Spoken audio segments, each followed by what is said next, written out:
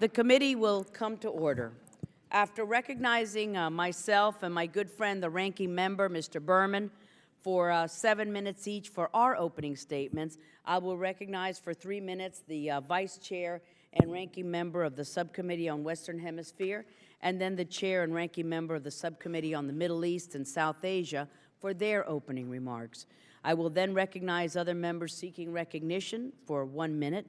We will then hear from our witnesses. Thank you, gentlemen, for being here. And without objection, your entire testimony will be made a part of the record. Members may have 5 days to insert statements and questions for the record, subject to the length limitation in the rules. And before I recognize myself, I'd like to say to Mr. Burton, who announced that he will not be running for re-election, that we have cherished his job in our committee. I have been a better person for having known him and have shared wonderful moments with him and a good friendship, and we will miss your wise guidance, Mr. Burton. Well, thank you very much, and I wish my...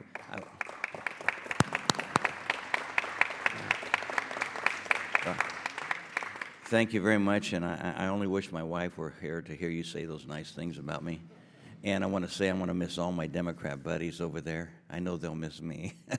Well, we hope that her health improves, and I know that she will do a lot better with you at her side. Thank you very much. We'll keep her in our prayers. The chair now recognizes herself for 7 minutes. Through a series of hearings and classified briefings, this committee has exercised due diligence and oversight to examine the threat to U.S. national security posed by Iranian and Iranian-sponsored activities in our own Western Hemisphere. The Director of National Intelligence, James Clapper, stated this week, and I quote, "Iranian officials, probably including Supreme Leader Ali Khamenei, have changed their calculus and are now willing to conduct an attack in the United States," end quote. The Iranian regime has formed alliances with Chavez, as you see over there, with Ortega, with Castro, with Correa, that many believe can destabilize the hemisphere. These alliances can pose an immediate threat by giving Iran, directly through the IRGC, the Quds Force, or its proxies like Hezbollah, a platform in the region to carry out attacks against the United States, our interest, and our allies. Some may question the congressional focus on the Iran-Latin America nexus because they wrongly believe that Iran's influence in the region is exaggerated. But let's analyze what has occurred in Latin America due to the actions of the Iranian regime. Iran's Ahmadinejad recently returned from his tour of Tyrants trip to visit Venezuela, Nicaragua, Cuba, and Ecuador. Media reports have indicated an increased presence of Iran's Quds Force in these countries and offices of Iran's intelligence services surfacing throughout the region. That coffee machine just keeps getting louder every time. The fact that the military arm of a state sponsor of terrorism has its operatives within multiple countries in our hemisphere is certainly cause for alarm and merits congressional focus. In October of last year, we learned of the attempted plot by the Quds Force to assassinate the Saudi ambassador on U.S. soil using individuals they thought were from the violent Mexican Zeta drug cartel. 2 months later, the Spanish-language network Univision aired a documentary that depicted a 2007 cyber attack scheme by the Iranian ambassador in Mexico, by diplomatic officials from the embassies of Venezuela and Cuba, and undercover Mexican students who were posing as extremists. The principals involved in this plot wanted to infiltrate U.S. government computer systems in the White House, FBI, CIA, and 2 nuclear facilities. A Venezuelan diplomat connected with the plot later became the Venezuelan consul in my area in Miami, Florida. Shortly after the documentary aired, my congressional colleagues and I sent a letter to the Department of State requesting an investigation of these claims and asking that if the Venezuelan consul was found to be involved in this plot, that she be designated persona non grata and be expelled from the United States. Last month, we thanked the State Department because it expelled the consul back to Venezuela. In May of last year, the Iranian defense minister was in Bolivia to inaugurate a military training school for ALBA countries, financed by the Iranian regime. Meanwhile, Interpol has in place an arrest warrant for the Iranian defense minister in connection with the 1994 EMEA bombing in Argentina, the Jewish Community Center. Additionally, in order to further expand their influence and extremist propaganda, Iran just launched a Spanish-language channel that airs in Latin America and Spain. Further compounding the problem is the increasingly diverse and extensive activities of Iran's proxy, Hezbollah. The synergy between Hezbollah and the drug cartels in Latin America makes for a very powerful enemy and one that is challenging to identify. Our law enforcement agencies focusing on narco-terrorism and terrorist financing have had success in penetrating these operations and gaining a better understanding of the nature, the extent, and the evolution of the links between Hezbollah and drug trafficking organizations. Recently, our DEA led an undercover investigation called Operation Titan, which exposed a vast criminal network operating a drug money laundering pipeline through West Africa to Europe, the Middle East, and Colombia. In addition, last year, we learned of the investigations led by the U.S. into the Lebanese-Canadian bank that discovered a complicated web of high-ranking Hezbollah officials involved in the South American cocaine trafficking trade. Hezbollah has maintained a significant footprint in the Americas, including the tri-border region of Argentina, Brazil, and Paraguay, to help fundraise for their criminal activities. Media reports have indicated that Khalid Sheikh Mohammed, the mastermind of 9/11, spent some time in the tri-border area in the late 90s with Islamic extremists in the region, helping to raise more funds for terrorist attacks. In Colombia, we have witnessed how another foreign terrorist organization, the FARC, is heavily involved in narcotics trafficking in South America. Therefore, it is not new to learn that terrorist organizations are actively using the drug trade and other existing criminal networks to raise funds and carry out their operations. Since the Western Hemisphere is a hub for drug trafficking, the possible combination of threats creates a clear and present danger. Last month at the State of the Union, President Obama ignored the security concerns stemming from the region and the importance that Latin America plays to our economic prosperity and our national security. The administration's policy of dialogue with Iran has failed, and a similar approach toward the ALBA countries in the region will fail as well. When asked about Iran's activities in the Western Hemisphere, Director Clapper, who I cited at the beginning, noted this week that, quote, "There's more to unfold here," end quote. This committee stands committed to unfolding the threats posed by Iran in the Western Hemisphere. We will continue to zero in on those concerns and engage all pertinent U.S. government agencies to ensure proper resources are being dedicated to counter these threats against U.S. national security rather than wasted on unaccountable and corrupt governments. And with that, I'm pleased to yield to my friend, the ranking member, Mr. Berman of California, for his opening remarks.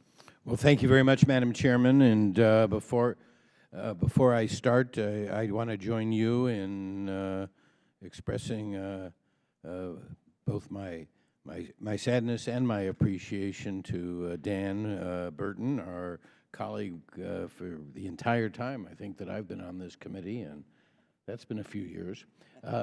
And behind that crusty exterior is really a very pleasant and likable guy, a sweet guy, and I've enjoyed working with him and talking with him over the years, and glad we'll be able to continue doing that for the next year, and wish him very well.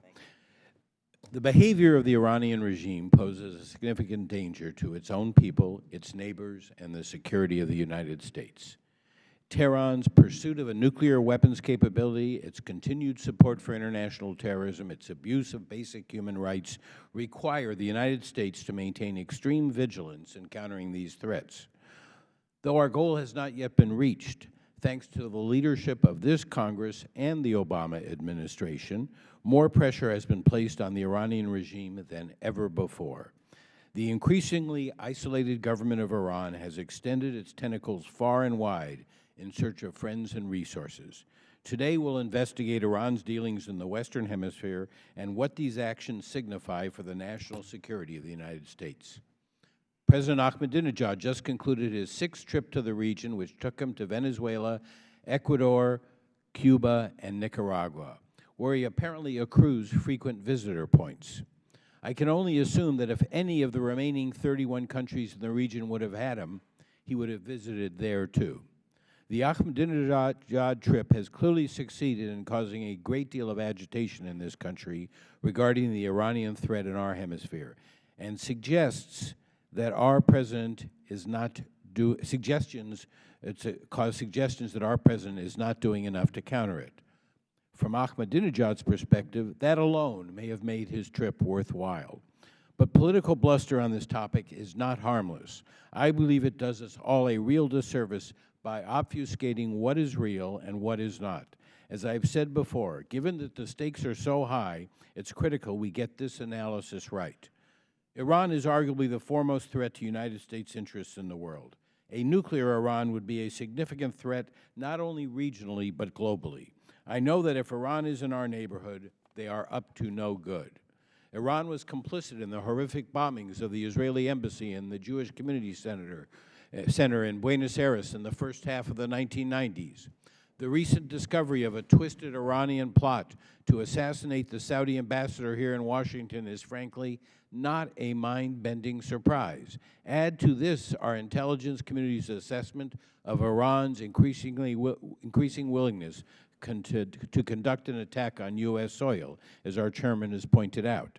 So my specific interest this morning is to sift through the facts, discuss with the experts before us what about Iran's relationship with the nations of our hemisphere should be of serious concern to us, and how the Iranian president's recent trip plays into those concerns. President Obama, in a recent interview with a Venezuelan newspaper, wondered aloud what the Venezuelan people hope to gain from a relationship with a country as isolated, repressive, and outright dangerous as Iran. I wonder, too. A cursory survey of what Iran actually brings to the table of the 4 countries he visited indicates it is littered with promises that go unfulfilled. Factories go unbuilt, ports go undredged, humanitarian aid goes undelivered. Importantly, this time, Brazil closed the door to him after welcoming him for years. As for the charge that the administration is asleep at the switch, that's nonsense. President Obama has himself stated that his administration will continue to monitor Iran's activities in the Western Hemisphere closely, and I have no reason to doubt his word. My own interactions with high-ranking officials in several U.S. agencies, including the State Department, the Drug Enforcement Agency, FBI, Treasury, and the intelligence community, have reassured me that our government is fully attentive to this matter. It is clear that our President and his administration understand what is at stake. I have heard a wide range of explanations regarding the purpose and timing of the recent Ahmadinejad trip.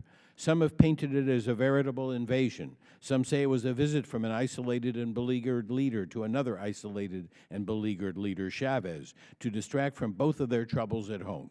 Perhaps it was to shore up trade relationships, but Iran's trade with this part of the world is meager.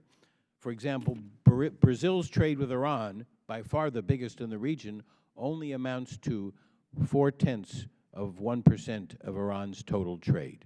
Even if our gut tells us that the Ahmadinejad-Chavez Brotherhood is mostly political theater, it would be foolish to minimize Iran's interest in our hemisphere, but it is equally important to get it right.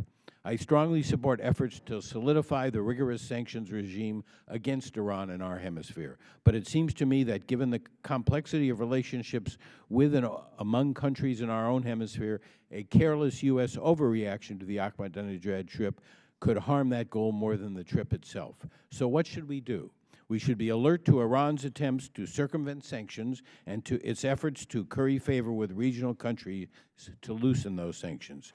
We should pay particular attention to technology, or more likely, raw material transfers that might further Iran's nuclear ambitions. We should continue to monitor intelligence links, watch the Iranian diplomatic corps, given its historical involvement in nefarious acts. We should keep a close watch on financial transactions in this region that might involve Iran, both where they come from, say for instance, drug proceeds, and where they go, such as funding the terrorist organization Hezbollah or the despotic, increasingly desperate Syrian regime.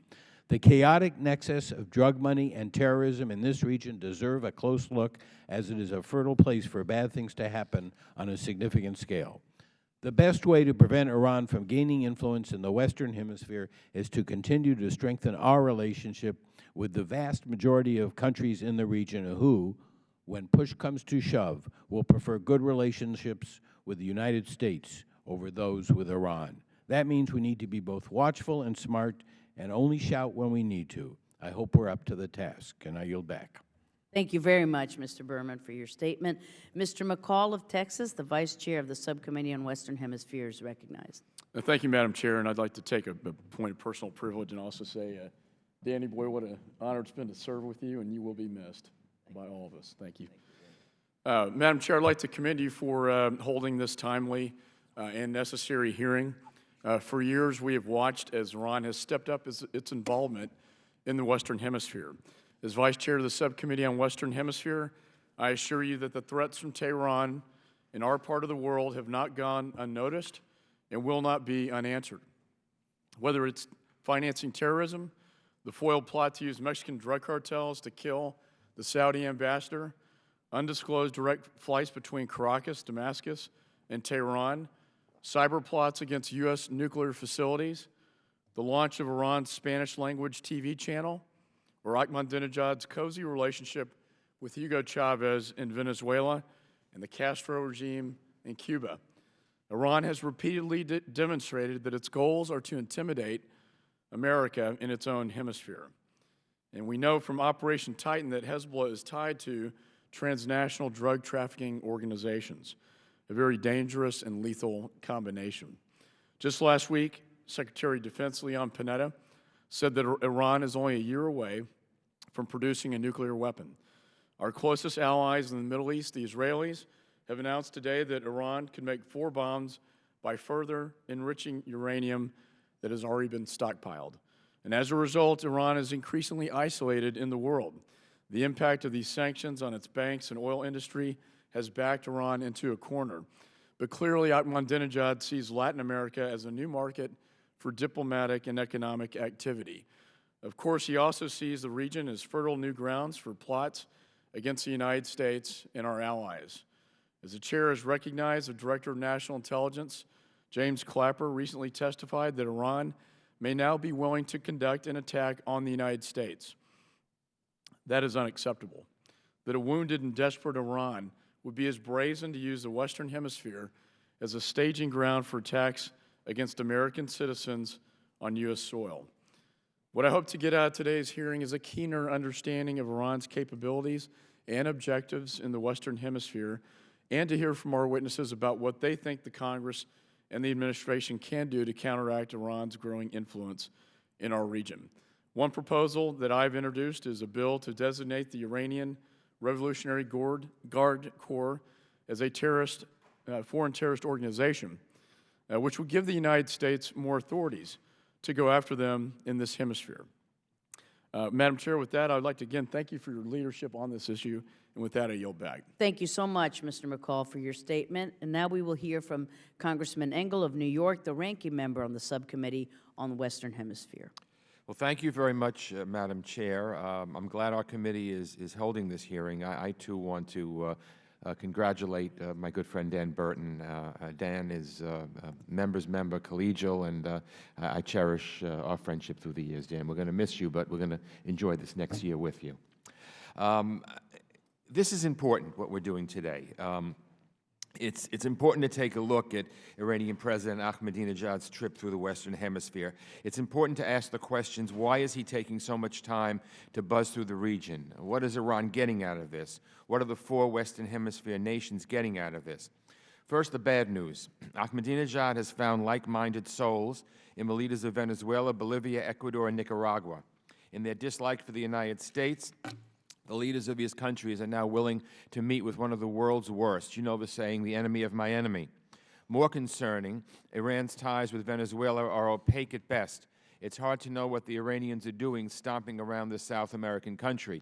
We do know there have been planes back and forth, Venezuela, Syria, and Iran. What a nexus of rogue states. And we must not forget what Iran has done in this hemisphere. Bombings in the 1990s of the Amia Jewish Cultural Center and the Israeli Embassy in Argentina, and the recent effort to murder the Saudi ambassador only serve to remind us of the danger which Iran can bring. Still, not all of the signs are bad. In Brazil, President Dilma Rousseff has wisely chilled the warmth shown to the Iranian leader by former President Lula da Silva. Today, Brazil votes for resolutions condemning Iran in the UN Human Rights Council. Ahmadinejad's media advisor complained recently that the Brazilian president has been striking against everything that Lula has accomplished. That's a quote. Well, if she's done that, good for her. Further, the other successful major democracies in the region want nothing to do with the Iranian mischief. Chile, Colombia, and Mexico are shunning the Iranian despot. So why are the Iranians messing around in the region? What do they get out of it? I think the answer was best summed up by the Director of National Intelligence, James Clapper, when he testified 2 days ago in the Senate. He said, quote, ties with Tehran offer some regional governments a means of staking an independent position on Iran, thereby mitigating its isolation, while also attempting to extract Iranian financial aid and investment for economic and social projects. I think he's right. Given Iran's history and the pressure they are facing due to their dangerous nuclear weapons program and the sanctions, we need to be extra vigilant in monitoring Tehran's presence in our region. However, we also need to carefully weigh all the intelligence, the good with the bad, and reach a sober and balanced conclusion. The good news is this region is much more than Iran and drugs. Let's not forget that we just passed free trade agreements with Colombia and Panama, and that we have deep cultural, political, social, and economic ties with many of the countries. So, Madam Chair, thank you for this hearing. It's very, very important to focus on this.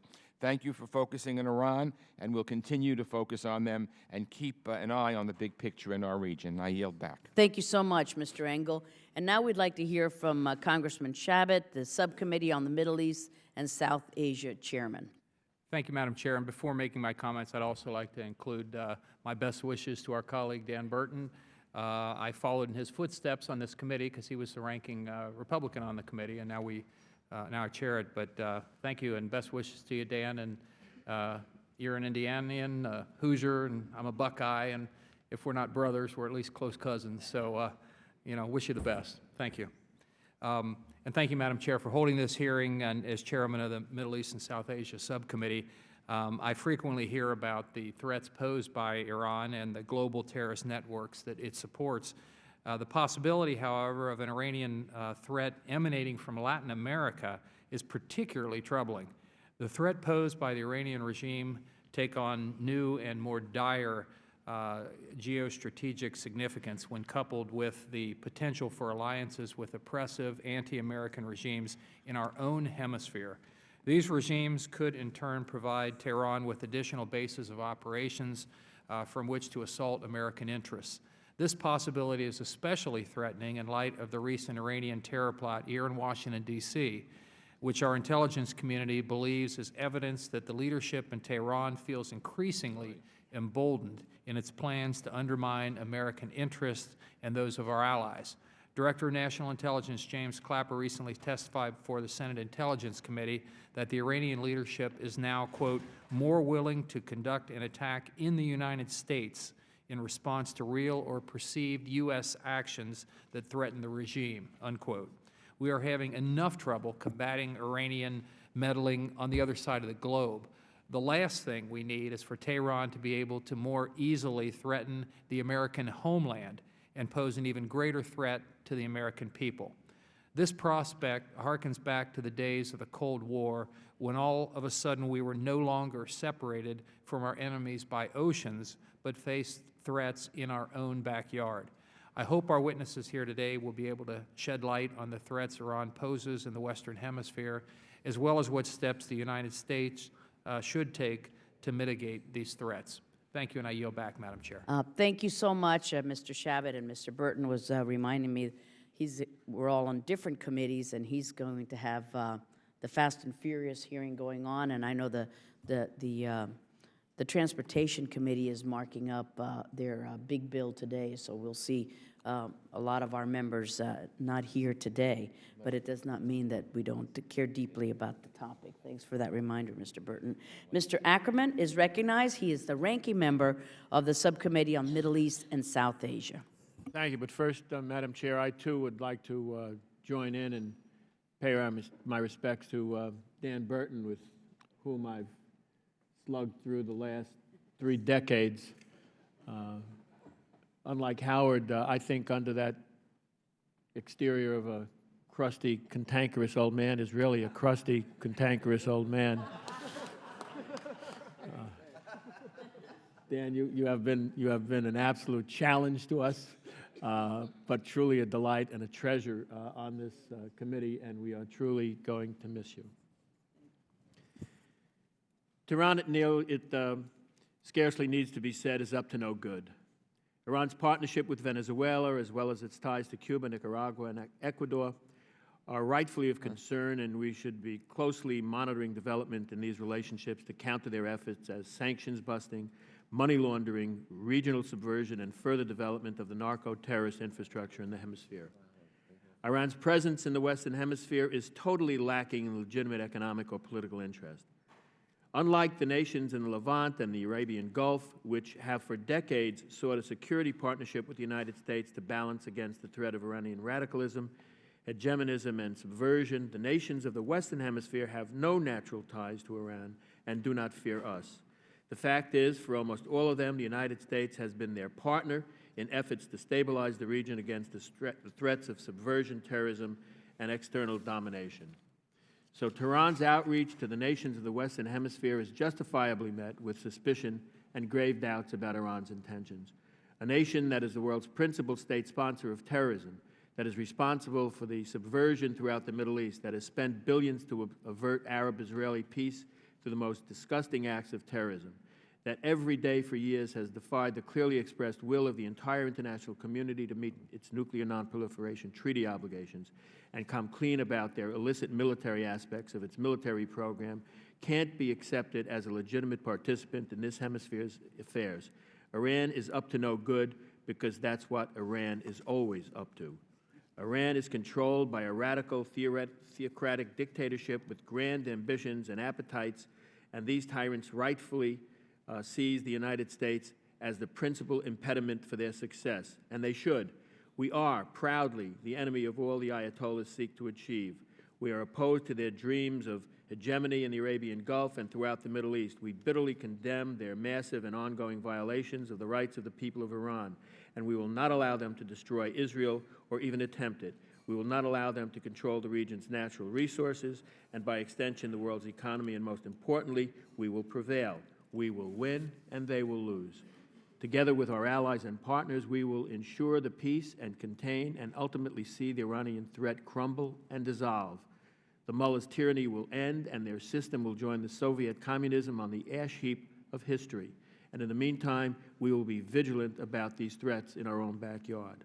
Ahmadinejad could rack up all the frequent flyer miles he wants, and he can figure out how to convince the people that tyranny would be better and that the waste of war is superior to the fruits of peace. He will continue to find welcome only in the most marginal and radical of states, and who can only join him in a little nasty mischief along the way to his regime's ultimate collapse. Thank you, Madam Chair. Thank you very much, Mr. Ackerman. And now we will hear from members who wish to make a one-minute opening statement, starting with the chairman on the Subcommittee on Europe and Eurasia, Mr. Burton of Indiana. Thank you, Madam Chairman. Thanks for all the nice comments. I really appreciate that. Let me just say real quickly, we have had problems in Central and South America for a long, long time. We had the Reagan Doctrine under Ronald Reagan, and because of what he did, we changed almost all of those countries into democratic institutions, their leaders and their countries. The problem we have right now is we have in Venezuela, Chavez working with Castro and Ortega and others down there to destabilize this entire hemisphere. This is our front yard, and I really appreciate you gentlemen being here today because we really need to focus on that. We've had Che Guevara down there in the past trying to destabilize the area, and today it's even more dangerous because Tehran and working with Venezuela and Chavez and Ortega, they really are a danger. We have a 1,980-mile border between us and Mexico, and we'd better pay attention to our front yard and do it real quickly. And with that, thank you very much, Madam. Thank you, sir. Mr. Sherman, the ranking member on the Subcommittee on Terrorism, Nonproliferation, and Trade. We all wish the best to Dan. Some join this committee with a strong interest in the Americas. Some join with a focus on the Middle East. We have to thank President Ahmadinejad for showing us that this is one struggle, that those who strengthen Castro and Chavez also strengthen Ahmadinejad, and vice versa. We're asked sometimes, why is Iran's nuclear program more dangerous than that of North Korea? The answer is that Iran has worldwide ambitions, expressed in Buenos Aires in the early 1990s, expressed recently in an attempt to commit murder and assassination here on our own soil. We can only imagine what a nuclear weapon would do. We would see terrorism with impunity on a massive scale. Recently, when we saw this attempted attack on our own soil, I fear the administration would want to limit our reaction to a robust rhetorical response. Congress stepped in and passed Menendez-Kirk, and now it's time for the administration to fully enforce not only that amendment, but the entire Iran Sanctions Act as amended by SASADA. It's time for us to realize we've run out of time. And as long as we only enforce those sanctions that don't cause any heartburn in our allies, then we will avoid heartburn in our allies, but we will not avoid a nuclear Iran. I yield back. Thank you so much, Mr. Sherman. Mr. Duncan of South Carolina. Thank you, Madam Chairman. And I just want to add my voice to those thanking the gentleman from California for his service as a freshman member of this committee. His leadership has been a tremendous help to me, especially on issues such as what we're addressing today. So thank you for that. I also want to thank you for taking the opportunity to delve into the Iranian threat in the Western Hemisphere. I think it's very important, and I appreciate your leadership as well. And I want to thank the gentleman for coming. I look forward to learning more about what I think is a real threat in our own neighborhood. And I want to sum up with a quote from a New York Times article of 25 January by Ronan Bergman that says this: "It is not for nothing that Iran, is establishing bases for itself in Latin America and creating links with drug dealers on the U.S.-Mexican border." He goes on to talk about the specific threats, but he ends with this: "This is not a far-fetched scenario." So I'm glad we're delving into that, and I look forward to your testimony. Thank you. Thank you, sir. Mr. Higgins of New York. Thank you, Madam Chair. I just also concerned about the Iranian presence in the Western Hemisphere, but in particular in North America.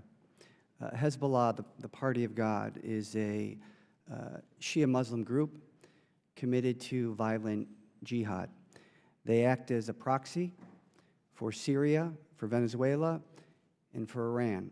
They have a pervasive and growing presence in the 20-country region of Latin America, including a presence in 15 cities in the United States and 4 Canadian cities. When we inquire about the level of threat by this presence of Hezbollah in North America, we're told that we're not to worry because their activities are limited to fundraising.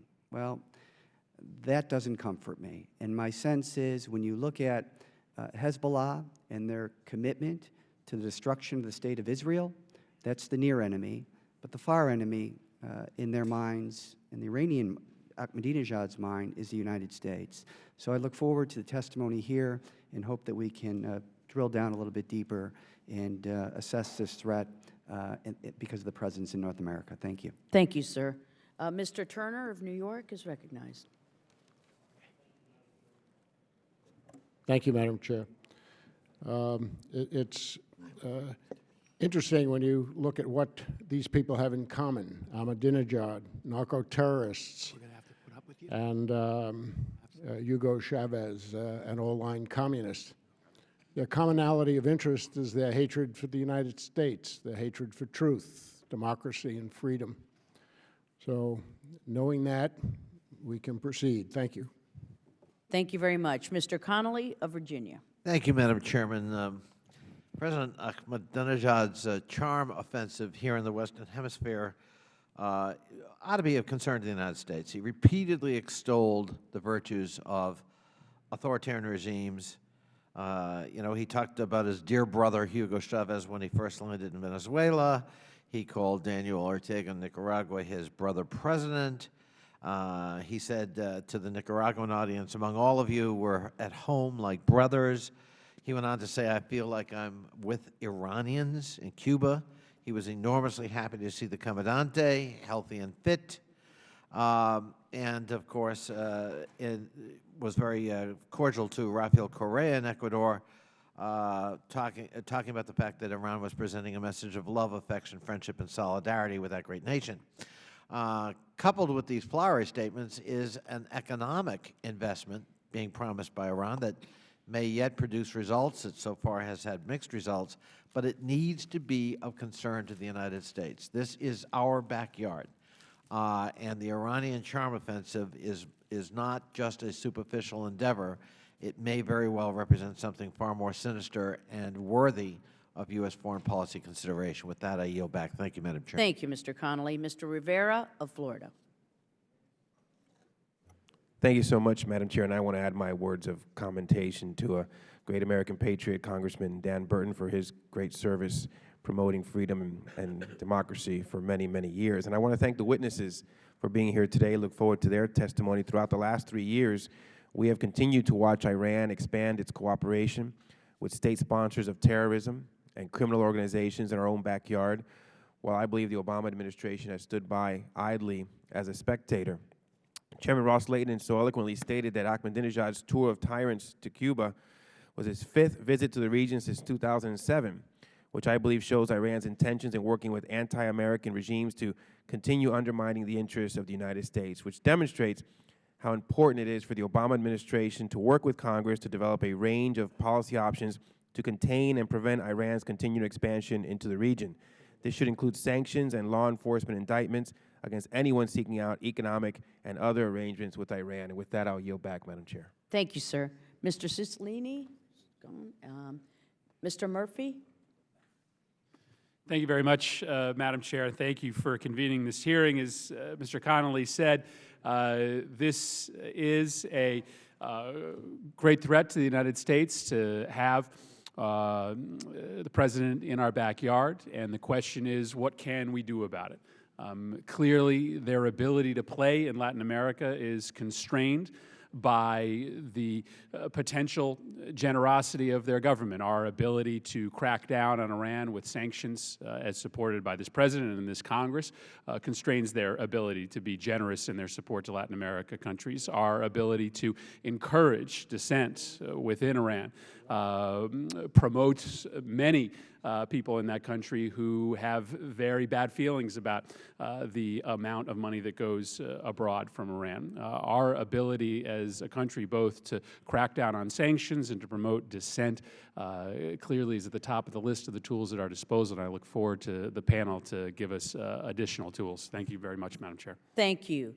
And our cleanup batter, Mr. Deutsch of Florida, is recognized. Thank you, Madam Chairman. Ranking Member Berman, for your continued focus on the Iranian regime's attempt to exert influence around the world, and thank you to our witnesses for appearing today. Madam Chairman, the latest visit by Ahmadinejad to Latin America leaves little doubt the regime is continuing to pursue allies in the region that will assist in its efforts to circumvent international sanctions and avoid isolation. And while we know Ahmadinejad has found a willing partner in Chavez, his warming relations with Ecuador and Bolivia are ever more troubling given Iran's history in South America.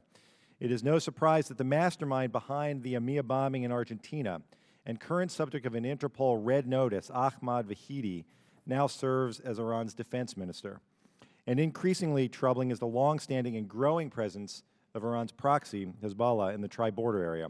We must continue to make it clear not only to the Iranian regime, but to all nations, that the U.S. will not tolerate efforts to aid Iran's illegal nuclear program or support its state-sponsored terrorism. I appreciate the opportunity, Madam Chairman. I look forward to hearing from the witnesses. Thank you. And the cleanup batter on our side, Mr. Poe of Texas. Thank you, Madam Chairman. We've suspected for a long time that the tiny tyrant of the desert, Ahmadinejad, was doing more than holding powwows with his comrade Chavez. Now we have proof. His terrorist group, Hezbollah, has been money laundering for Colombian and Mexican drug cartels since 2006. Hezbollah took drug cartel money, bought goods from Asia, and then shipped those goods back to Latin America to be sold by the drug cartels.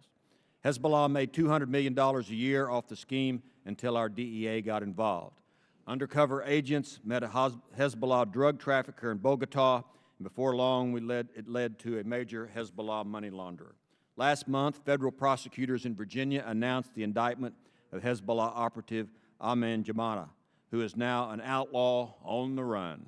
The question is, how many more Jamamas are out there? Was this just the tip of the iceberg?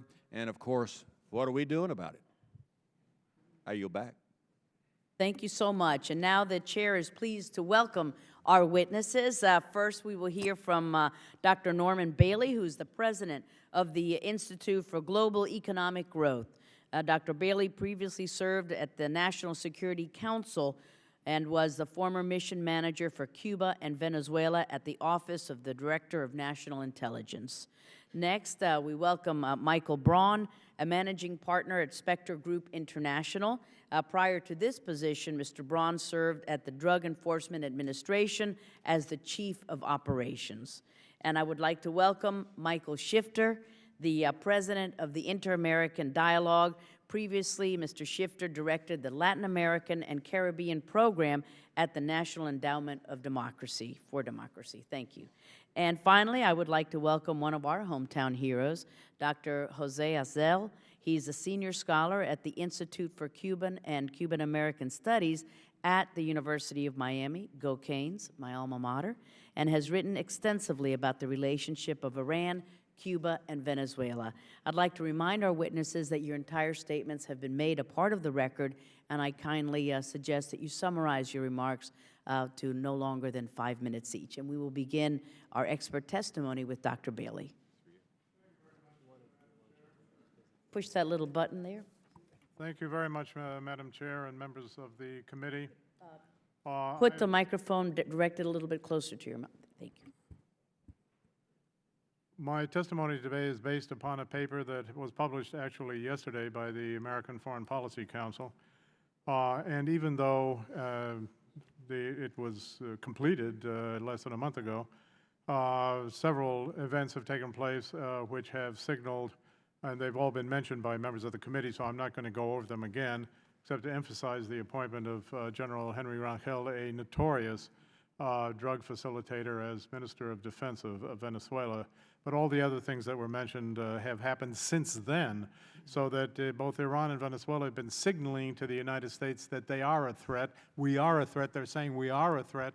And finally, some important figures in the intelligence and security agencies of the United States have recognized the fact that we are vulnerable here in the Western Hemisphere. It has only taken several years for that to penetrate to the U.S. government, with the honorable exception of the Department of the Treasury, which has taken many steps over the past few years because of this threat to the United States. For years, the media and the U.S. government have repeated a familiar refrain that the regime of now ailing Venezuelan strongman Hugo Chavez, however annoying, poses no serious threat to the national security of the United States. Compelling evidence, however, suggests otherwise, and the most dangerous threat to the U.S. from Venezuela results from its facilitation and encouragement of the penetration of the Western Hemisphere by the Islamic Republic of Iran. For the last several years, with Venezuela's assistance, Iran has created an extensive regional network of economic, diplomatic, industrial, and commercial activities with significant effect. This economic activism serves several clear strategic purposes for the Iranian regime. First, it allows Tehran to circumvent financial sanctions imposed by the United States, the European Union, and the United Nations through the use of the Venezuelan and Ecuadorian financial systems. Second purpose is to facilitate the funding of radical organizations and guerrilla movements in the hemisphere, such as Hezbollah, Hamas, Islamic Jihad, and the FARC and the ELN in Colombia. Iranian sponsorship is not limited to Hezbollah, however, but to many of these organizations which are raising funds in the Western Hemisphere and plotting against the United States and other countries in the Western Hemisphere, as we have heard. The Iranian regime has acquired various quote-unquote industrial installations throughout Venezuelan territory and elsewhere in Bolivia and Ecuador and Nicaragua. Many of these so-called factories actually produce something, but others are used for purposes of drug trafficking and storage of weapons. The weekly flights between Caracas, Damascus, and Tehran are significant. There are no controls at either end, and even though these are supposedly commercial flights, you cannot buy a seat on these flights. The illicit shipping of armaments and other prohibited goods, energy cooperation, specifically want to mention the important Iranian involvement in drug trafficking through Venezuela to Central America, Mexico, the U.S., the Caribbean, and to Europe through West Africa is both extensive and well documented, and I'm sure we'll hear more about that from other witnesses. Activities of Iran in the Western Hemisphere have gone beyond Venezuela, as we have heard, into Ecuador, particularly in the financial area, the opening of Iranian embassies in Nicaragua, Ecuador, and Bolivia, and the threat to Panama from the embassy, the Iranian embassy in Nicaragua, activities throughout Central America and in Panama most specifically. The construction of numerous warehouses for drugs amassed as a legitimate construction business throughout Central America. Trade and investment missions likewise have been exchanged with Uruguay, Paraguay, and Brazil, and Argentina has recently tried to improve its relationship with Iran. What should we be doing? In testimony, time and again, particularly to the Subcommittee on the Western Hemisphere, then chaired by Congressman Engel, who has been a pillar of strength on this and similar issues. And thank you very much, Mr. Engel, for your activities. My recommendations are the same as they have been for the last 4 years because none of them has been put into effect. One is that attention be paid, and that is one of the few that very recently, within the last few weeks, has begun to take place in the Intelligence and Security Administration. Secondly, sanctioning Venezuelan and Ecuadorian banks for facilitating Iranian evasion of the financial sanctions. Thirdly, patrols outside the mouth of the Orinoco River, which have not taken place, and much of the drug trafficking into Western Hemisphere and into Europe goes out of the Orinoco. And finally, the declaration of Venezuela as a state sponsor of terrorism, which has been proven over and over and over again, and which permit the United States and other countries to take other measures against Venezuela. Thank you very much, Madam Chair and members of the committee. Thank you so much. We will tease Mr. Engel at great length with that pillar of strength comment. Mr. Braun. Thank you, Madam Chairman, Ranking Member Berman, and other distinguished members of the committee. Let me tell you right up front, Madam Chairman, I'm not an expert on Iran, and I'm not an academic. I'm a practitioner. I spent 35 years in law enforcement, 24 with the DEA, and was fortunate enough to ascend through the ranks and help lead the agency as its chief of operation for 4 years and chief of intelligence for acting chief of intelligence for about a year before that. So I'm speaking to you from that perspective. And a lot of that time, over that 35 years, was spent in some very tough locations and environments around the globe, and by the way, in fact, in this town as well. So what I do know a great deal about, though, is how organized crime, terrorist and insurgent groups operate and how they collaborate around the world. So how does that relate to this hearing focused on Iran and their agenda here in the Western Hemisphere? As you've said, Madam Chairman and others on the committee, just 2 days ago, the Director of National Intelligence, James Clapper, testified before the Senate Intelligence Committee on Iran's appeared to at least to be poised to strike the United States and our interests abroad. How could Iran ever pull off attacks on the United States right here at home?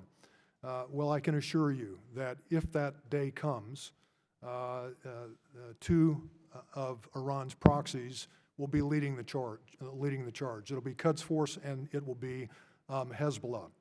And the reason for that is because both organizations are now heavily involved in both the global cocaine and the global heroin trade. And because of that growing activity in this post-9/11 environment that we're all still living in, because of that growing, because of their growing involvement in that activity, far more of their terrorist fighters are now in our neighborhood and more on our doorstep. It's brought them into this part of the world in a large way. You can rest assured that these organizations are developing, are working hard. They're masters at this. They've done it successfully in many places around the world. But you can rest assured that they're developing close relationships with organized crime cartels, the most powerful organized crime cartels that have ever operated anywhere in the world. And those are the Colombian and Mexican cartels. And that, by the way, would include the FARC, the Revolutionary Armed Forces of Colombia, also a designated terrorist organization. When you take into consideration, and this has been mentioned by a couple of you, that the Mexican cartels now dominate drug trafficking throughout throughout the world, as far as cocaine is concerned. But they also dominate the drug trade in the United States. The best estimates are is that they're well entrenched in over 250 cities around our country. If anyone thinks for a moment that the Hezbollah and the Quds Force has not recognized the strategic importance of that, of those cartels being in our communities in 250 cities, and all of the infrastructure that's been built over many, many years to support that activity, then quite frankly, and I don't want to be too crude here, but if folks aren't thinking about that, then they're stupid or at least they're naive, because I guarantee you the Quds Force and Hezbollah have recognized the strategic importance of all that. Interestingly enough, the DNI used an Iranian plot to assassinate the Saudi Arabian ambassador here in Washington as a key example to support his position that Iran may well be poised to attack here in the homeland. The Quds Force operative, or a Quds Force operative and an Iranian American attempted to recruit one or more members of the ultra-violent Mexican Los Zetas drug trafficking organization to carry out that attack with all things, for God's sakes, with all things of a car bomb right here in Washington, D.C. If that attack had taken place, that car bomb most assuredly would have taken out more than just the Saudi Arabian ambassador. And I don't want to do your jobs for you. And I certainly don't want to speak for you, but I would suggest strongly, the way I see it, that's nothing short of an act of war. Especially in this 9/11 era that we're continuing to live through and work through. Thankfully, by the way, that the DEA and the FBI foiled that plot, and I believe potentially saved a lot of lives. I cannot think of a better example that the director could have used as a byproduct that comes about from the growing confluence of drugs and terror, something that I've talked about for the past 10 years, and quite frankly, not a lot of folks were willing to listen in this town. Obviously, you are willing to listen, and I want to thank you for that, and thank you for your leadership for calling this committee hearing together today.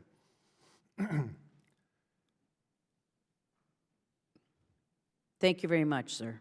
Okay, no, I didn't know if that was a pause. No, it was just pause. just a pause to collect my thoughts. But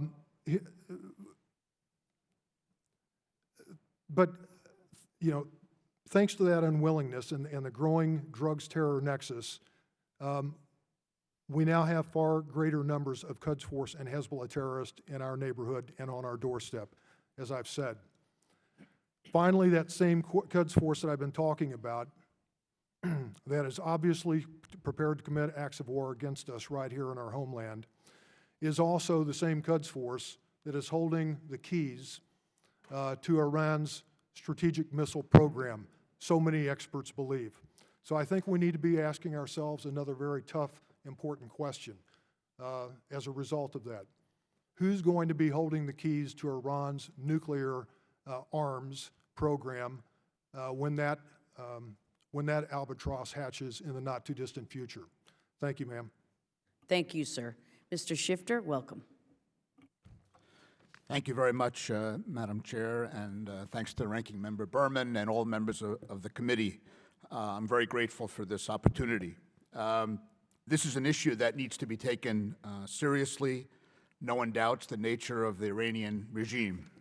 All of its actions that have been cited this morning have justifiably made it an international outcast. But these features are antithetical to today's Latin America, which is living through a good moment of self-confidence and democratic politics. The region may want more independence from the United States, but it also wants to work more closely with the U.S. It has no interest at all in aligning itself strategically with Iran. That would be completely counterproductive. Iran is trying to expand its support in the region, and Ahmadinejad did visit 4 countries on his recent visit to reinforce the few ties he still has in the world. But his efforts have not been successful, and the 4 countries he visited, Venezuela, Nicaragua, Cuba, and Ecuador, are less and less relevant to regional politics. It is telling that Ahmadinejad did not go to Brazil, where he traveled in 2009. Iranian-Brazilian relations have weakened. Moderation and pragmatism are increasing in Brazil and throughout the region. Iran's window and point of entry in Latin America has been Venezuela's Hugo Chavez. They have forged a strategic, geopolitical alliance. Their aim is to curtail the influence of the United States. They have used oil revenues and diplomatic resources to advance their objectives. But Chavez has serious problems at home, and Ahmadinejad is reportedly also beset by very severe difficulties. Iran's trade with the region has increased, especially with Brazil, but it remains insignificant. Many of the economic projects that were promised never materialized. On more serious matters, skepticism is warranted and understandable. In the early 1990s, the Iranian regime was involved in terrorist actions in Buenos Aires, the Israeli Embassy, and Amia Jewish Community Center. I happened to be in Buenos Aires the day of the attack of the Israeli Embassy, a few blocks from the Israeli Embassy, having lunch. And so I have a strong sense of the impact of that terrorist action that day in 1992.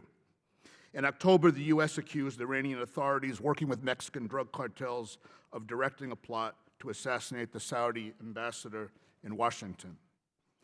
There have been more recent allegations about Iran in the region that should be pursued. There has been a lot of conjecture and speculation. The nature of Iran's involvement in Latin America is tentative. The highest standards of evidence should apply. There have been accusations, for example, about training camps for terrorists and support for prospecting uranium in Venezuela and Ecuador. These charges have not been substantiated. I am sure and confident that our intelligence agencies are pursuing energetically these leads and are doing the best to gather any relevant intelligence. If they're not, they certainly should be doing so. There have also been accusations about money laundering through the region's banks to help finance Hezbollah's activities. This is no doubt a serious problem throughout the Western Hemisphere. There needs to be a coordinated efforts among law enforcement agencies to address it seriously. What should the U.S. do? Well, the Obama administration has taken a few steps, including imposing financial sanctions on Venezuela's state-owned PDVSA oil company for violating U.S. law by doing business with Iran. It has rightly been keeping a close and careful watch on Iran's role in the hemisphere. There have also been calls for a tougher U.S. stance in the region, but it is important to assess carefully the likely consequences of any alternative approach.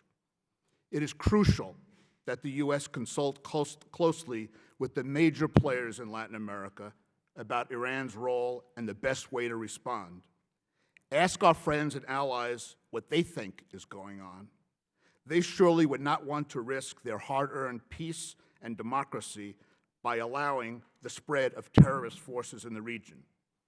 This approach would fit with seeing Latin America not as a threat, but as a series of opportunities. The government that Ahmadinejad recently visited are not representative of the region. They are marginal and do not pose a threat to the United States. The best way to deal with this issue and advance U.S. national interests is by working more closely with major Latin American players and by keeping a very careful watch. Thank you very much. Thank you, sir. Dr. Ezell. Thank you, Madam Chairman, Ranking Member Mr. Berman, distinguished members of the committee. I am honored to have this opportunity to share my views on the growing Iranian influence in Latin America, and I commend you for calling this hearing on what is often an underestimated and misunderstood threat to our national interests. Iran is an increasingly important political-economic player in Latin America.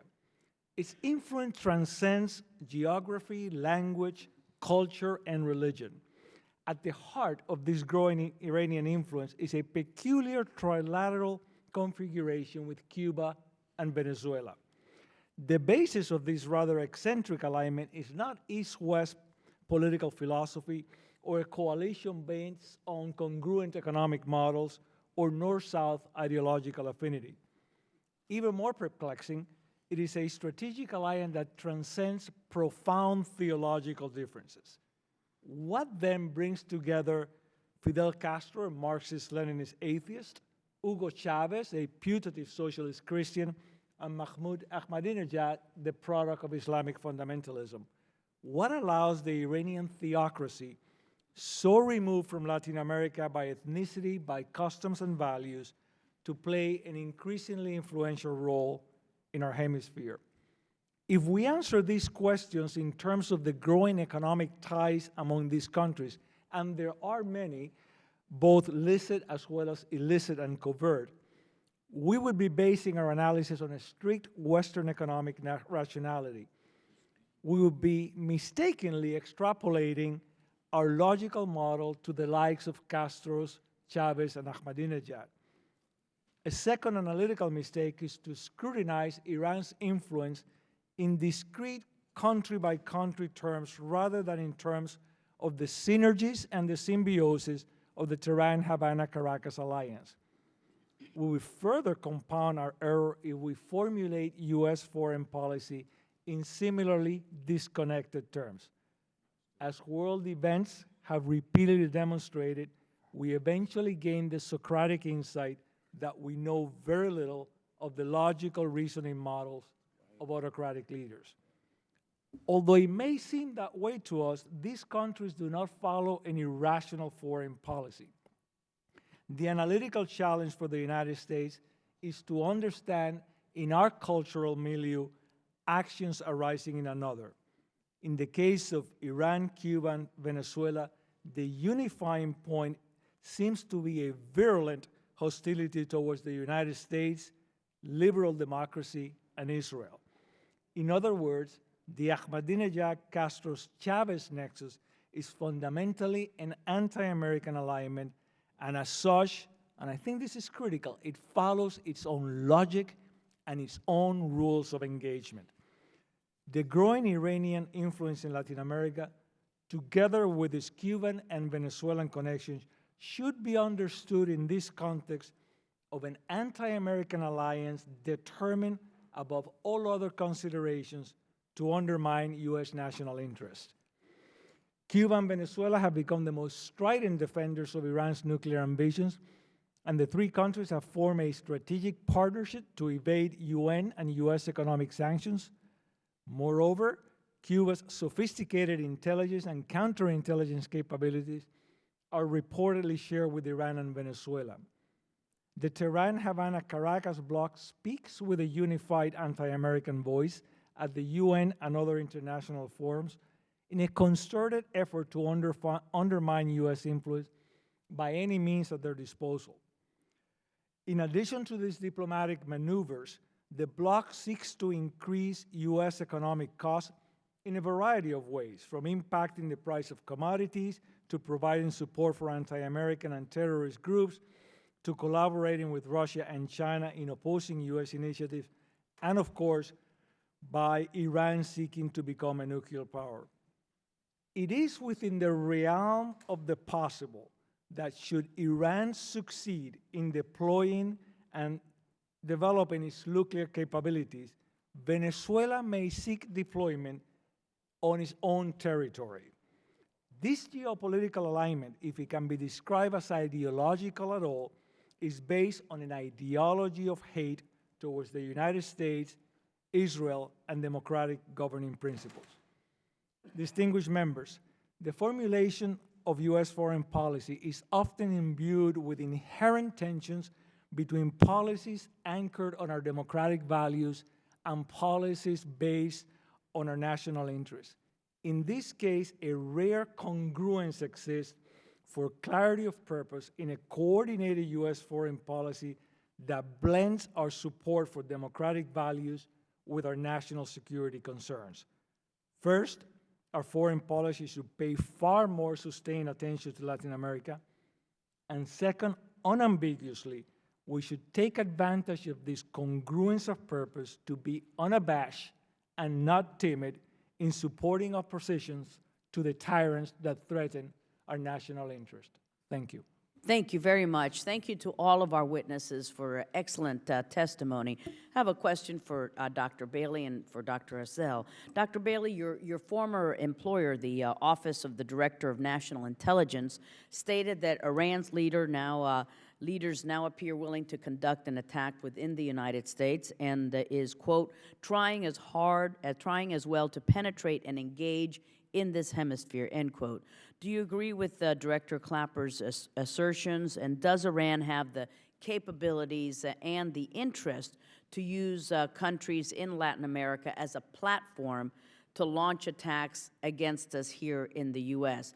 And Dr. Ezell, for you, your prepared testimony, you say that the foundation of the Iran-Cuba-Venezuela relationship is an anti-American alignment.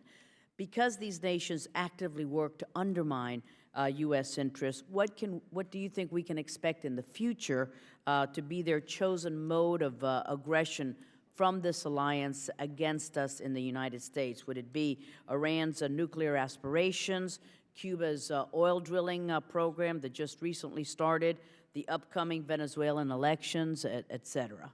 So, Dr. Bailey, we'll start with you. Thank you very much for the question, Madam Chair. Yes, Iran certainly has the desire, and it is increasingly has the capability of threatening the United States in the Western Hemisphere. Several of these events have been, or these possibilities have been mentioned. I would also add the threat to the Panama Canal, to close the canal. They have been talking, of course, about closing the Straits of Tiran for some time. But they have the capability to close the Panama Canal. That is clearly a threat to the United States. The recent discovery of a plot of a cyber attack against the United States, which resulted in the expulsion of the Venezuelan consul in Miami, and simply the fact that the Venezuelan government now issues passports and Venezuelan identity documents freely to Iranian agents in the Western Hemisphere, permits them to travel whenever they want and within the hemisphere, and including across the border into the United States, as has been very extensively documented. Thank you, Madam Chair. Dr. Zell? Madam Chair, the most threatening scenario, of course, is a nuclear Iran with a complicit Venezuela that may be willing to offer its territory for deployment of Iran's nuclear weapons. In such a case, we find ourselves in 1962 all over again.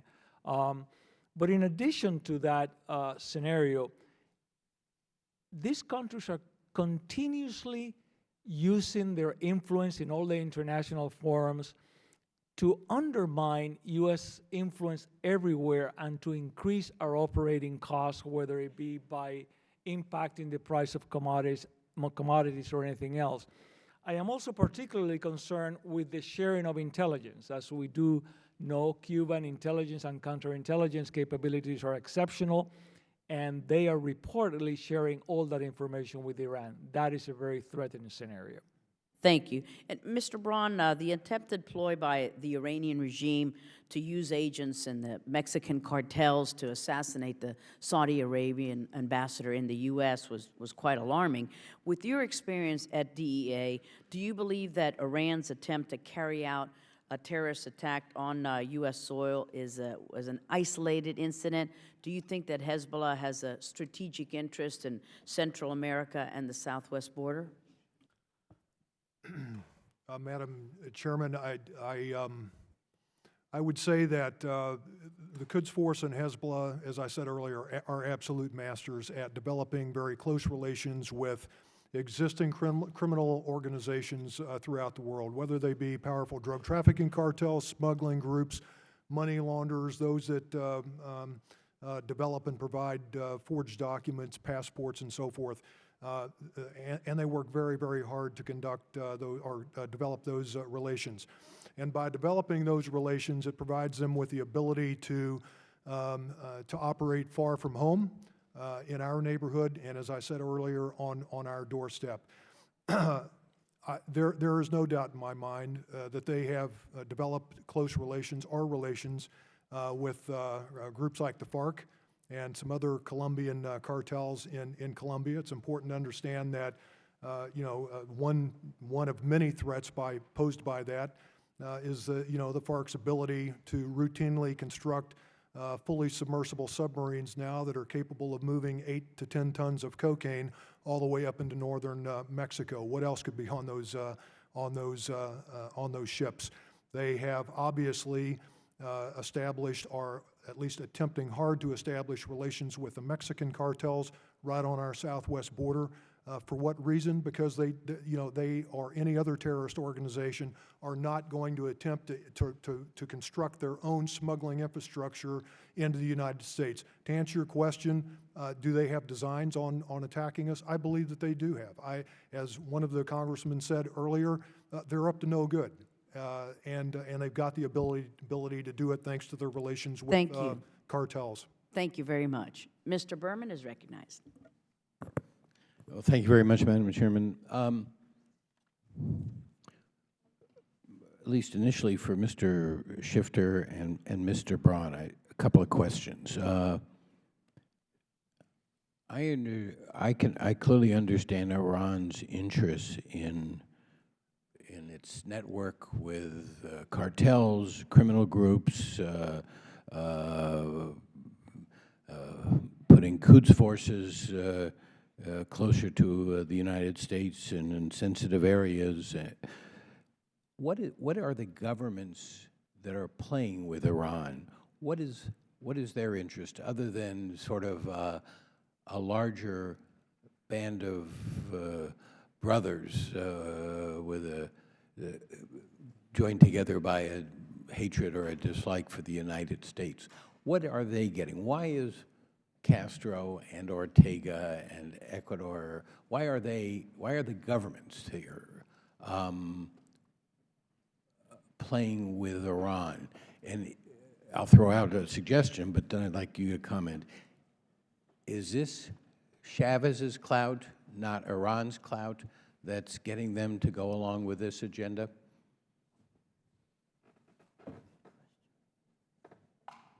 Thank you. There's no question that the principal alliance in this hemisphere is between Ahmadinejad and Chavez. And Venezuela has been the window for Ahmadinejad in the hemisphere. And Chavez has money from oil, and he supports the subsidy to Cuba, for example, for a year. I've heard figures of really quite striking, $3 billion to $5 billion a year, 100,000 barrels of oil a day. He's filling the role Russia used to play. Sorry? That's what the Russia used to, exactly. He provides that role. Well, he gets something in return, and he gets other things in return, but I think this is part of the package. And I think it's the same with Ortega, who relies on Chavez as well. So this is... But these countries are not getting economic benefits from Iran, as I understand it. Nicaragua has a huge debt to Iran for oil purchases, and Iran hasn't canceled it or reduced it or Right. No, nothing. They're not getting benefits. As a matter of fact, Ahmadinejad went to Rafael Correa's inauguration in 2007. So that was exactly 5 years ago, in January of 2007. There's been no cooperation from Iran to Ecuador.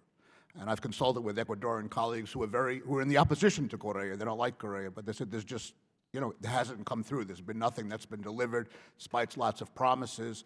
This recent visit was just, there's no sign that populations respond positively to him at all. There's a rejection of Ahmadinejad. The governments are doing it because it's a favor to Chavez, and that's the deal that they have. But there's really no sense of really any inroads in the societies of these countries. And Mr. Braun, I'd like your reaction, but also just, is there something more you'd like to see this administration doing to deal with the issues you've raised? Well, I mean, one of the things that I would say to that, Ranking Member Berman, is that I really believe strongly that post 9/11, not shortly thereafter, we took the ball off, or we took our eye off the ball of the global drug trade and drug trafficking and how it impacts our nation.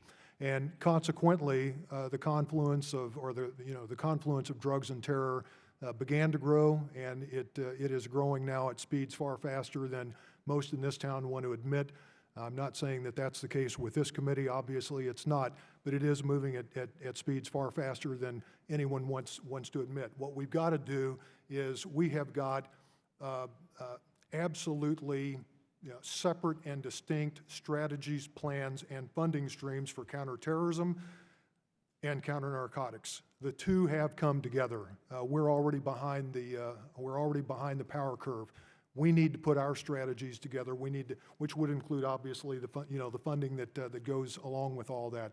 We have got stovepiped directorates within the CIA, the FBI, and other parts within Department of Justice and Department of Treasury and our intel community, and they need to be communicating far more closely with one another and working more closely together.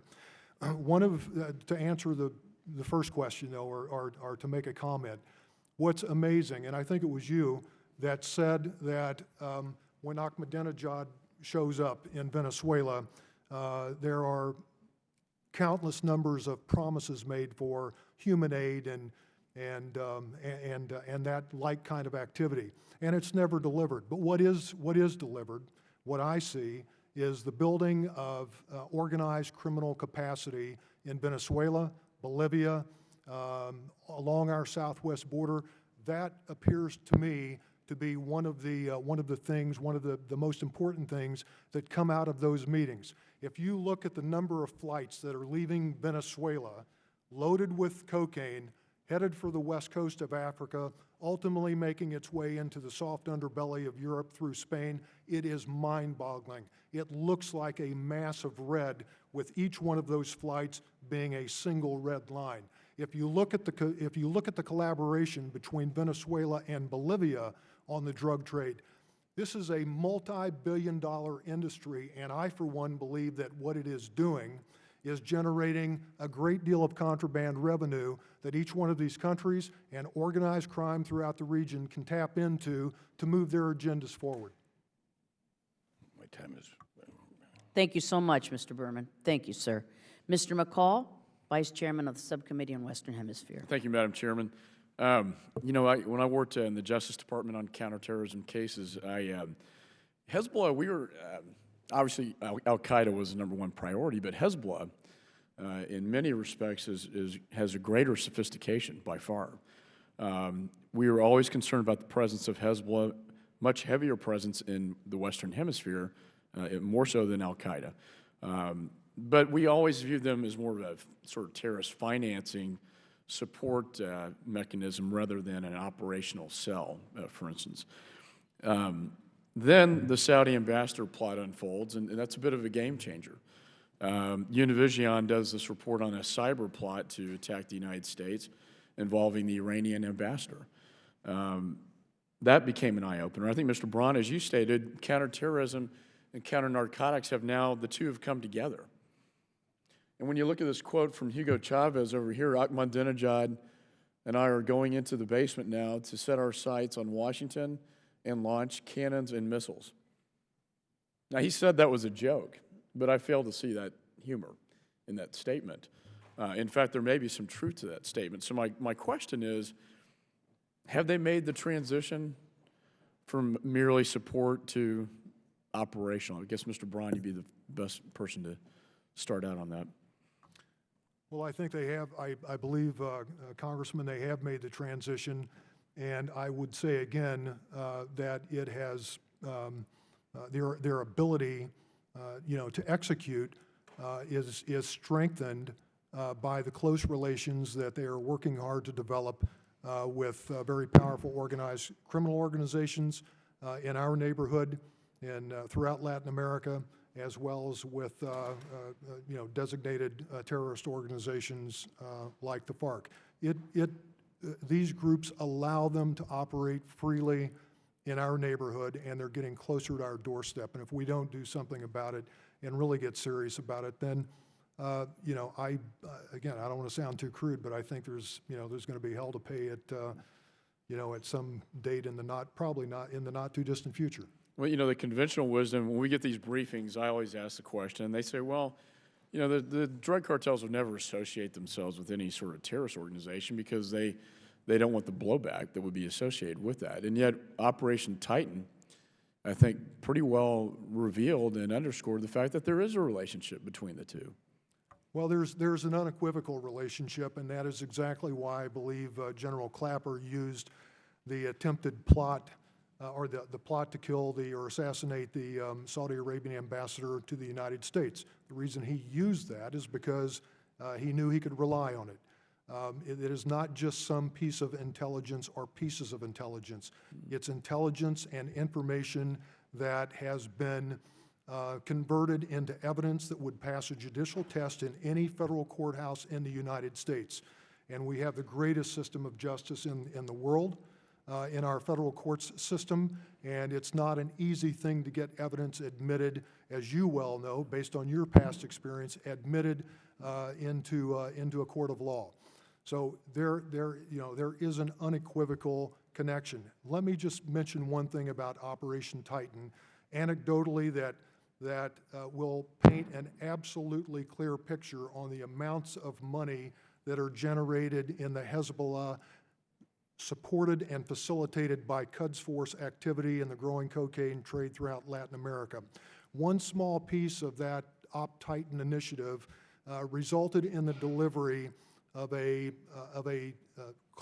very close associate and affiliate of the Hezbollah, the guy that apparently was in Latin America, responsible for putting a lot of these multi-ton loads together, moving them into West Africa, and ultimately responsible for collecting massive amounts of bulk cash.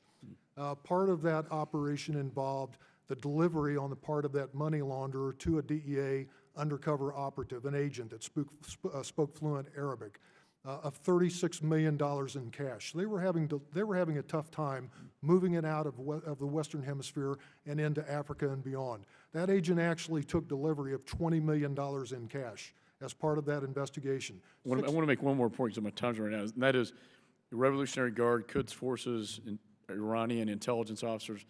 They're here in the United States, in my judgment. They're in Mexico. CSUN has told me they can't even quantify. They don't know how many officers are in their own country, and that's probably true throughout Latin America.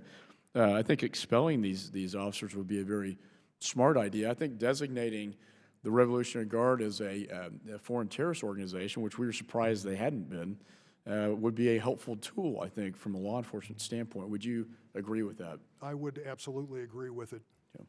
I see my time has expired. Thank you. Thank you so much, Mr. McCall. Mr. Engel, the ranking member on the Subcommittee on Western Hemisphere. Thank you, Madam Chair, and thank you, gentlemen, for wonderful testimony, and thank you, Dr. Bailey, for that nice compliment. I very much appreciate it. I want to focus on two things. Number one, the sanctions that we have imposed on Iran. How have these sanctions against Iran affected Iran's ability to engage with Latin America economically? To what extent do you agree with the administration that Iran has been unable to establish a financial foothold in the region, largely because of U.S. sanctions? Are additional sanctions needed to make it harder for Iran to establish a foothold in the region? That's one thing. And the second thing is I'd like to focus on Hezbollah. We have looked at Hezbollah fundraising activities in the region, particularly in the tri-border region of Argentina, Brazil, Paraguay, and in Venezuela. Wondering if anyone can enlighten us a little bit more about Hezbollah's current activities in the hemisphere. And Dr. Bailey, why don't we start with you?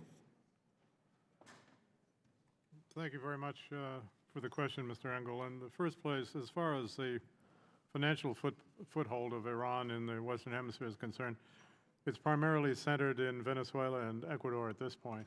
Iran, the Iranians established Iranian-controlled banks in both Venezuela and Ecuador. Those banks have, in fact, been sanctioned by the Treasury Department. What the Treasury Department has not done is to apply sanctions to Venezuelan Ecuadorian banks, which are used by the Iranians to evade U.S., European Union, and UN financial sanctions on Iran. In my opinion, as I mentioned in my recommendations, that is something that I would very strongly recommend that the U.S. government do. As far as the financing of Hezbollah is concerned, as you rightly point out, a lot of that comes from the tri-border area, although less than before, primarily because of Brazilian fairly successful efforts to counter smuggling and money laundering in the tri-border area. However, they have, as a result, established other centers, sometimes with the cooperation of the government of the country involved, particularly in the case of Bolivia and most strongly in the case of Venezuela. The center of these activities in Venezuela at this point is in the island of Margarita, where the Islamic Cultural Center, which never has ballet performances or art exhibits or whatever, has 4-foot thick concrete walls and armed guards, is the center of these activities in the northern part of South America. They extort funds from, and some of them are not extorted, some of them are voluntary, from the Arabic communities in these countries, which is quite large.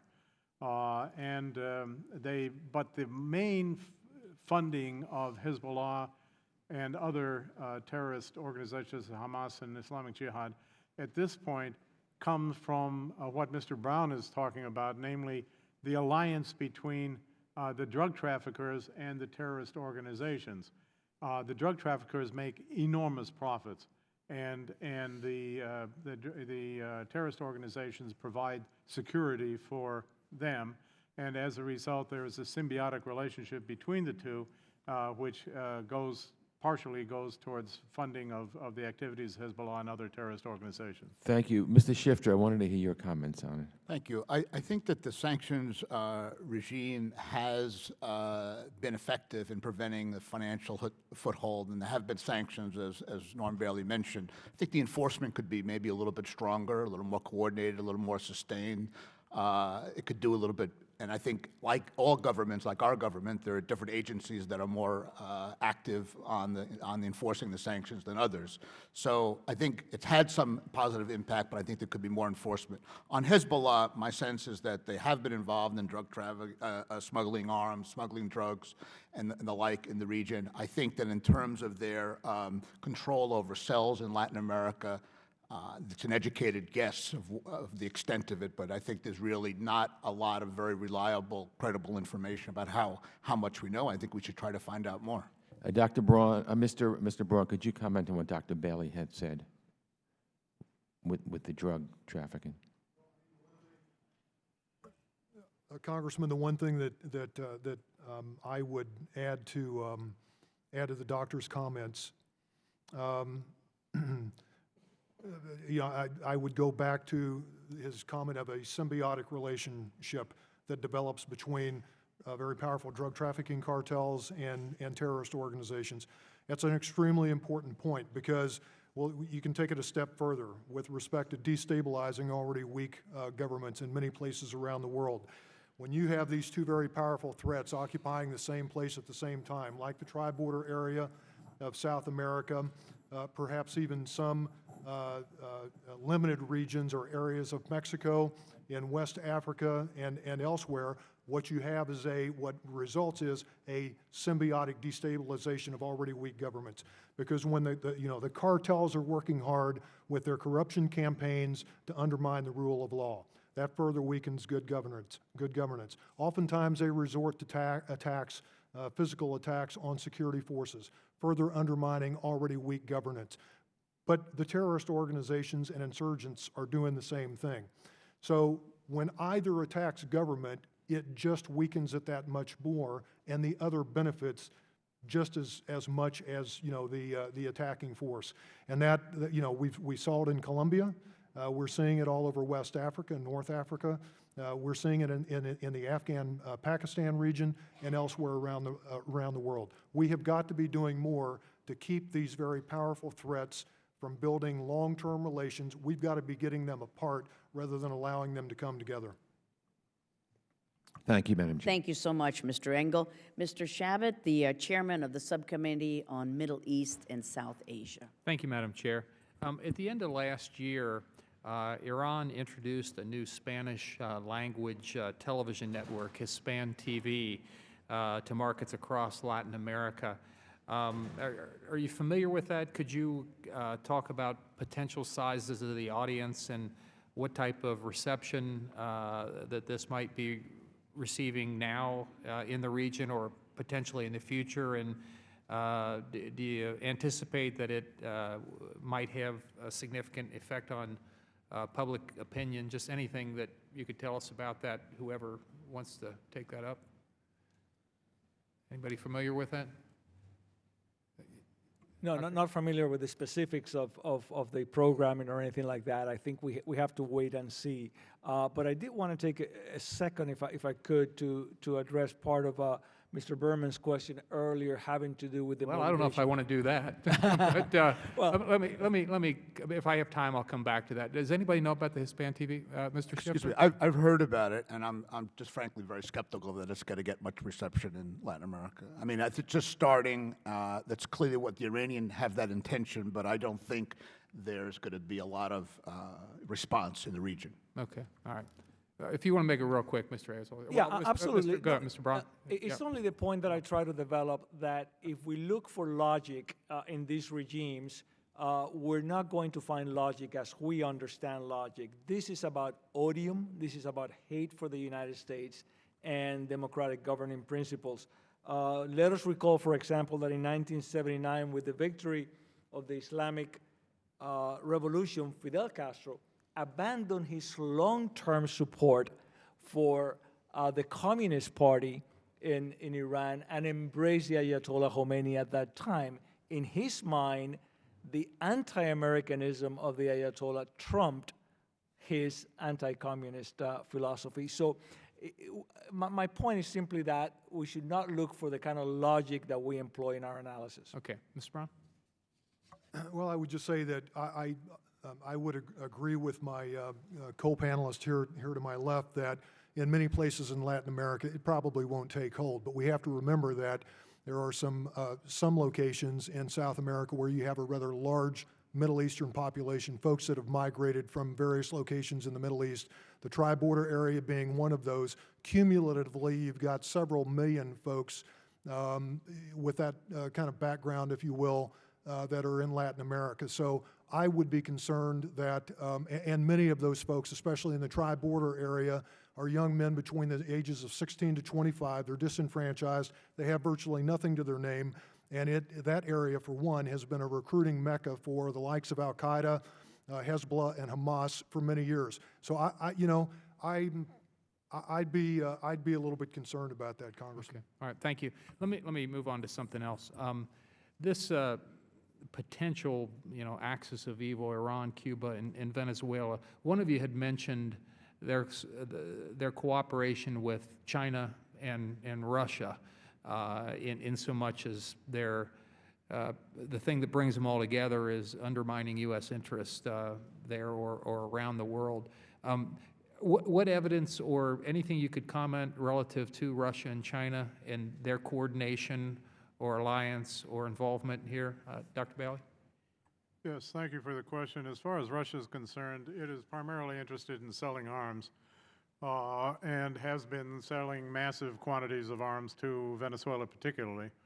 As far as the Chinese are concerned, their involvement in the Western Hemisphere has been largely economic. In other words, trying to tie up sources of natural resources, minerals, oil and gas, and so on and so forth. And it's part of their effort throughout the world, centered in Southeast Asia, in Africa, and in Latin America, to tie up sources of natural resources.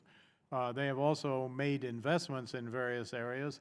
I have not seen credible evidence that the Chinese are trying to undermine the interests of the United States in the Western Hemisphere. I would be much more concerned about their military and naval buildup and so on in the Far East and in South Asia than I would be about anything they're doing in the Western Hemisphere. In the case of the Russians, of course, they're always happy to do anything that makes the United States look bad. And they sent ships to Venezuela because we sent ships into the Black Sea when Russia attacked Georgia, sort of tit-for-tat sort of thing. But primarily, again, as I say, their principal interest is in selling weapons. Thank you very much. I see my time's expired, Madam Chair. I'll yield back. Thank you so much, Chairman Chabot. Mr. Deutsch, my colleague from Florida, is recognized. Thank you, Madam Chair. Mr. Braun, I want to stay in the tri-border area. Iran's proxy Hezbollah has been benefiting financially from the tri-border area since the 1980s, mainly from rampant intellectual property theft and piracy. Last Congress, this committee held a hearing on protecting intellectual property rights overseas, and we looked at efforts to train security personnel in the tri-border area to reduce intellectual property theft and transfers of pirated goods.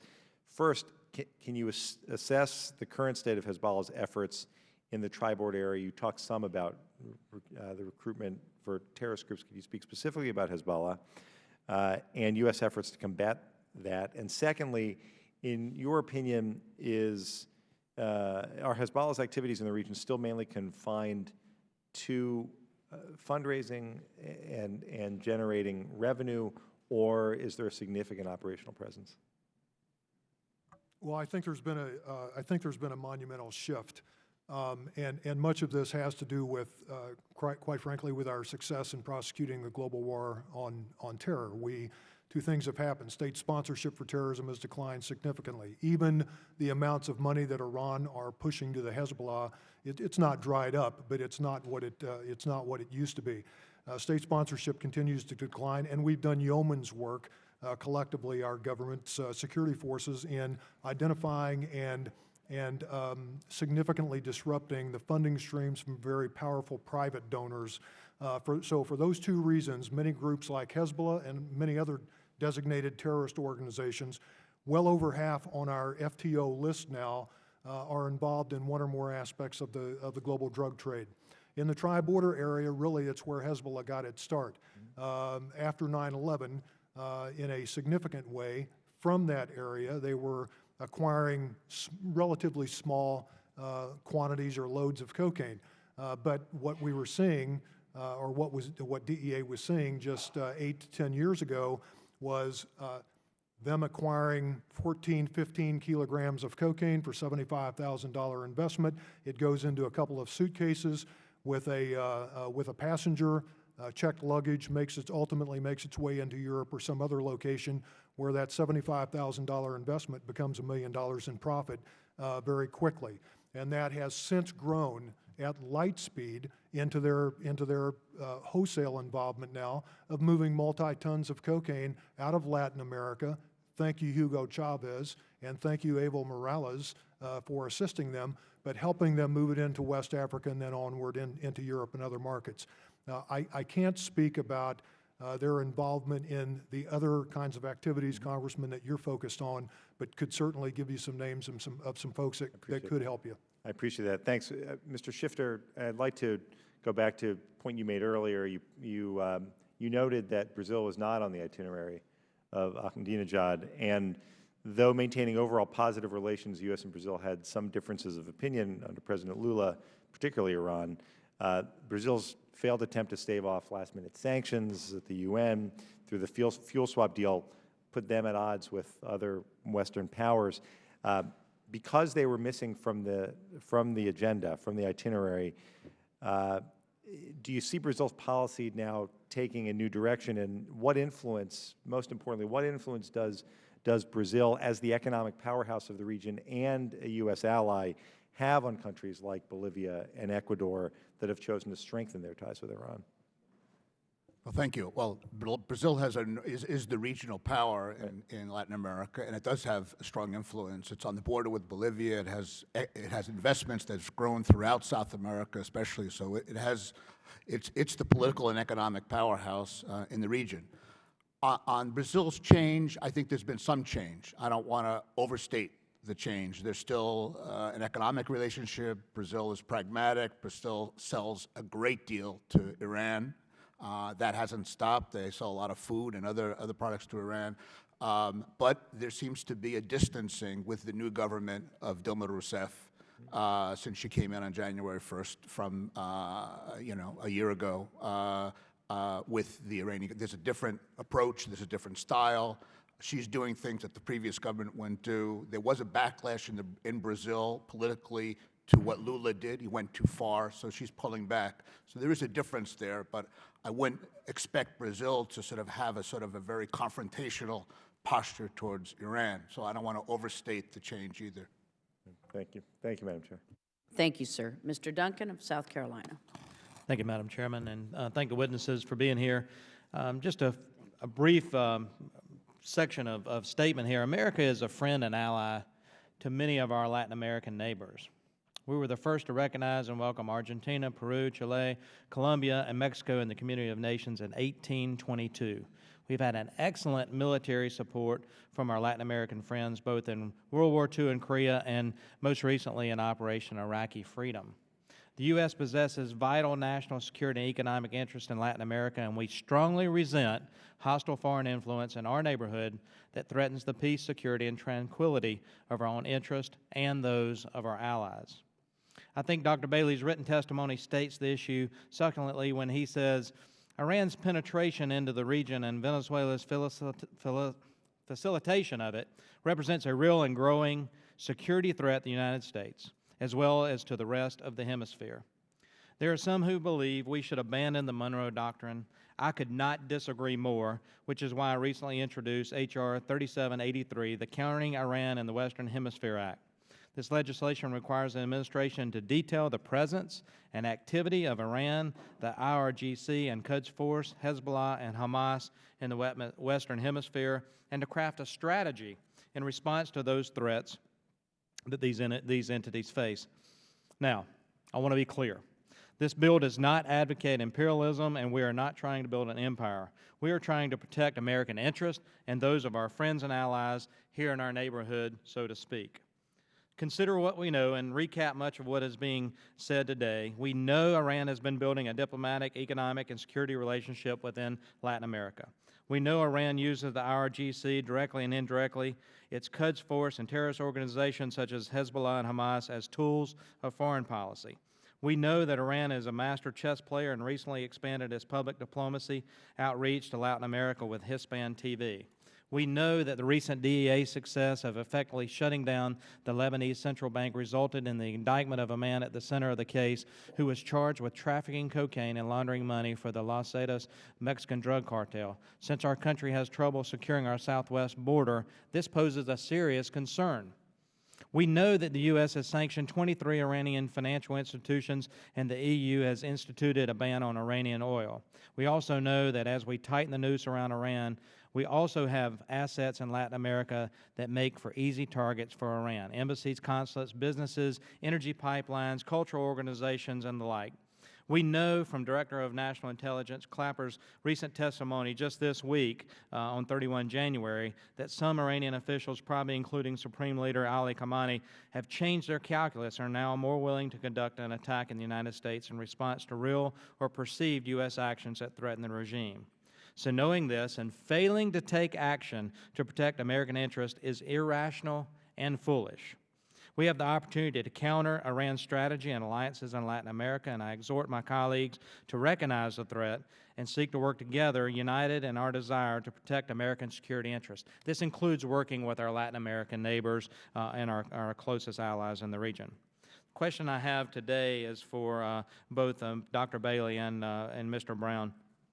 Ron, excuse me, would you elaborate on what type of concrete response needs to occur for our government to effectively counter the extensive web of illicit activity, the nexus between narco-trafficking and terrorism, and the strategic connections that Iran has made in Venezuela and throughout the Latin American area? Dr. Bailey.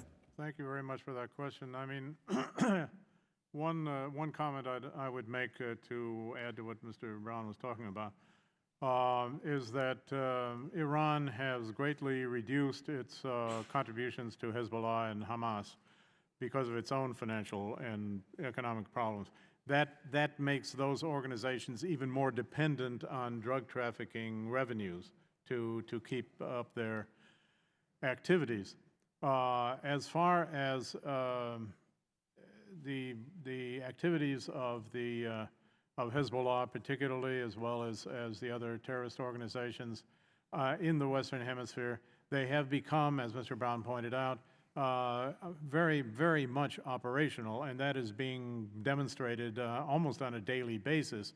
As I mentioned at the very beginning, it's almost as if both Iran and Venezuela and some of the other, and Cuba and so forth, are saying to the United States, we are a threat, and people in the United States, for some reason, in many cases, don't want to admit that or don't want to receive that message. The fact that Iranian agents are throughout Central America and Panama at this point is extremely significant. From the embassy in Managua, the embassy now has 25 quote-unquote diplomats because of their enormous joint operations between the two countries. That's sarcasm. They are almost all, agents who are penetrating Central America and Panama through Nicaragua. As far as financial support is concerned to evade financial sanctions, through particularly the Venezuelan and to some extent the Ecuadorian financial system. This is something the United States needs to, and the Western world needs to be extremely concerned about. As I pointed out in my list of recommendations, I think it's very important to declare Venezuela a state sponsor of terrorism, at which point we could stop Venezuelan oil exports to the United States, and then throw up their hands and say, oh my God, then the price of oil will go through the stratosphere. At the same time we do that, we could release the same quantity of oil from the Strategic Petroleum Reserve, which is actually better quality oil than what we get from Venezuela. It would damage the Venezuelan government tremendously. It would do no damage to the oil market in the United States. The United States does not depend on Middle Eastern oil. It does depend to some extent on Venezuelan oil. But that can be offset with releases from the Strategic Petroleum Reserve, which after all was created for some purpose, although it has never been extensively used for any purpose whatsoever. Congressman, if I could just quickly say three things that I believe strongly we need to get focused on with respect to shoring up security on our front and on our flanks, and those three things come in this order. As I said early on, we need to develop interlocking strategies that bring counter-narcotics and counterterrorism together. Much of that's driven by funding. That falls into your ballpark. I think you can do a lot to drive our myriad security forces within our country together and get them focused on the growing confluence of drugs and terror. The second thing we need to do is, we're obsessed with developing strategies to defend the 1 yard line, our southwest border. What we need is a defense in depth. After 9/11, many of our government's resources didn't dry up, but many of them went to other parts of the world, and that's understandable. But in many ways, those resources have never been backfilled, and we need a lot more DEA agents. We need a lot more FBI and ICE agents downrange, working with their counterparts shoulder to shoulder on bilateral investigations, which comes into the third point, and this is probably the most important thing I can say is... I was about to cut you off, but I can't do it now on the most important point. Thank you, Madam Chairman. We need to refocus our efforts on the traditional forms of illicit markets that are driven by organized crime. We've taken our eyes off of drug trafficking. In many ways, we've taken our eyes off the smuggling of arms in our hemisphere, human trafficking and those kinds of things. If we're focused on those, and we've got the resources focused on those threats, we are naturally going to come up against the terrorist and the terrorist groups that we should be fearing most. Thank you. Thank you for Thank you your very Mr. much. Chairman. Thank you. Mr. Sherman, the ranking member on the Subcommittee on Terrorism, Non-Proliferation, and Trade. I want to comment on the previous questioner's idea of us not buying oil from Venezuela. I think it would have much less of an effect in that I think they could sell it elsewhere. And I see one person shaking your head. Are you saying that, Mr. Bailey, that China would not be a customer at a good price for Venezuelan oil? China is a customer for Venezuelan oil. They could not sell it elsewhere for the simple reason that it's extra heavy, sulfurous crude, and can only be processed in certain refineries. Certain of those refineries exist in Venezuela and in Curacao, but mostly the refineries are in the United States, and those, of course, would be deprived And of China their could not supply. retrofit its refineries to be able to handle this. China takes as much oil already from Venezuela as it can process. But So that the question I asked was, how much work would it be for China to change its existing refineries to be able to accept more Venezuelan oil? That's the kind of thing cannot be done overnight. I mean, Yeah, for that kind of right. refinery to be built takes a long time. Gotcha. And, of course, an easier thing for us to do against Venezuela if we have them red-handed in terrorism is to take the assets of the oil company they own on they own in our country. I don't know if anybody on the panel can answer this, but it's easy to see all the press releases of promised Iranian aid to Latin American countries. How much in the last decade has Iran actually provided? Not in trade. I mean, buying soybeans that would be sold elsewhere hardly accomplishes much. But in terms of free money, how much can be documented to have actually been dispersed? Does anybody have an answer? Or can we say it's a very de minimis amount? Mr. Bailey, Dr. Bailey. The estimates vary. Iran, as pointed out by Mr. Shifter and others, has been promising things to all of, to Bolivia, to Nicaragua, to Ecuador, and so on and so forth. Most of the actual investments that they have made have taken place, that they have actually made rather than promised, have taken place in Venezuela. And that is. And these are investments. This isn't a donation. These are investments, yes. Okay. And the best estimate that I. My question was donation, free money. I'm sorry, I misunderstood. Does anybody, can anybody here say with confidence that there's a particular instance when even $1 million has gone from Tehran to any Latin American country, gratis, donation, free, whether it be in kind or in currency? I can't say that, but I can't restrain myself from saying this, Congressman. I know an informational campaign when I see one, an informational campaign for the masses on a visit like Ahmadinejad's recent visit to Venezuela. What I'm more concerned about, and what we should all be more concerned about, is what's happening in the basement. Well, after they stand I know, before but the I'm cameras. asking, so you're saying that the United States has allowed it to be thought throughout Latin America that Iran is generous, when in fact, as far as we know, not $1 million or even $100,000 of generosity has yet been dispersed. I would hope the CIA could answer the question I've asked you. I'm looking here. You folks can't tell me one instance when Iran distributed any money gratis. I would hope the CIA could more definitively answer that question. And then we are, of course, remiss in not informing our Latin American friends that we're talking lots of sizzle and absolutely no steak. Dr. Bailey, you have a comment?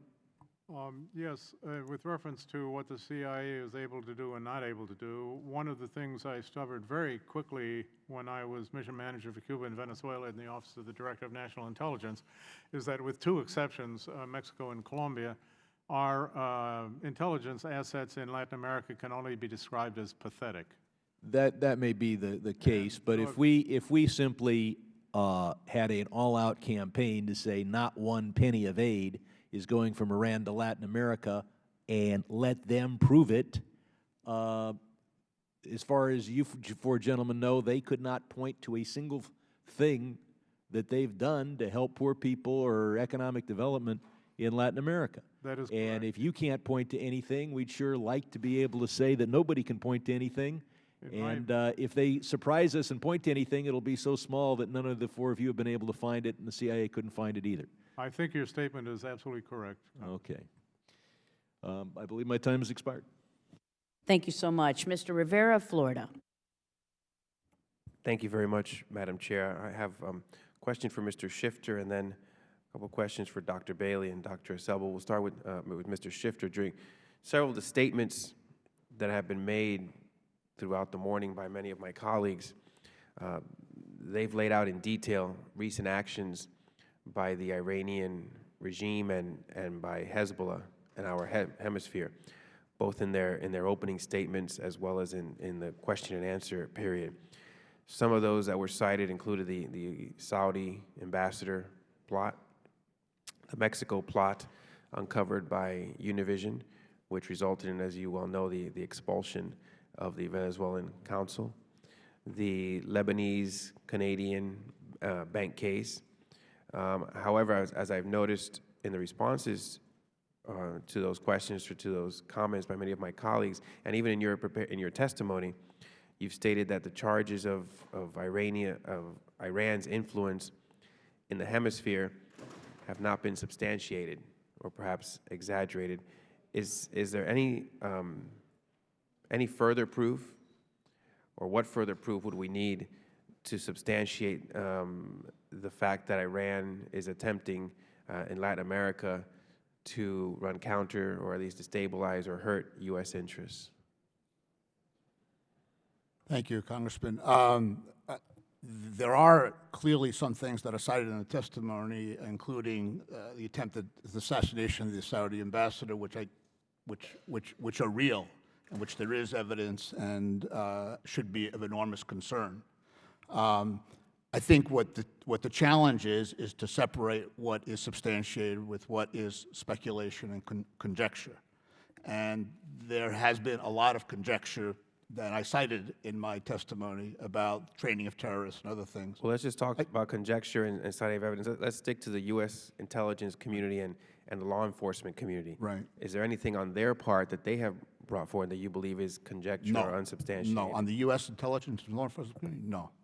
But I think there have been things that have been accused that haven't been supported by the law enforcement community that are out there and that I think that are open to question. But in terms of what the U.S. law enforcement community has said, I think that's...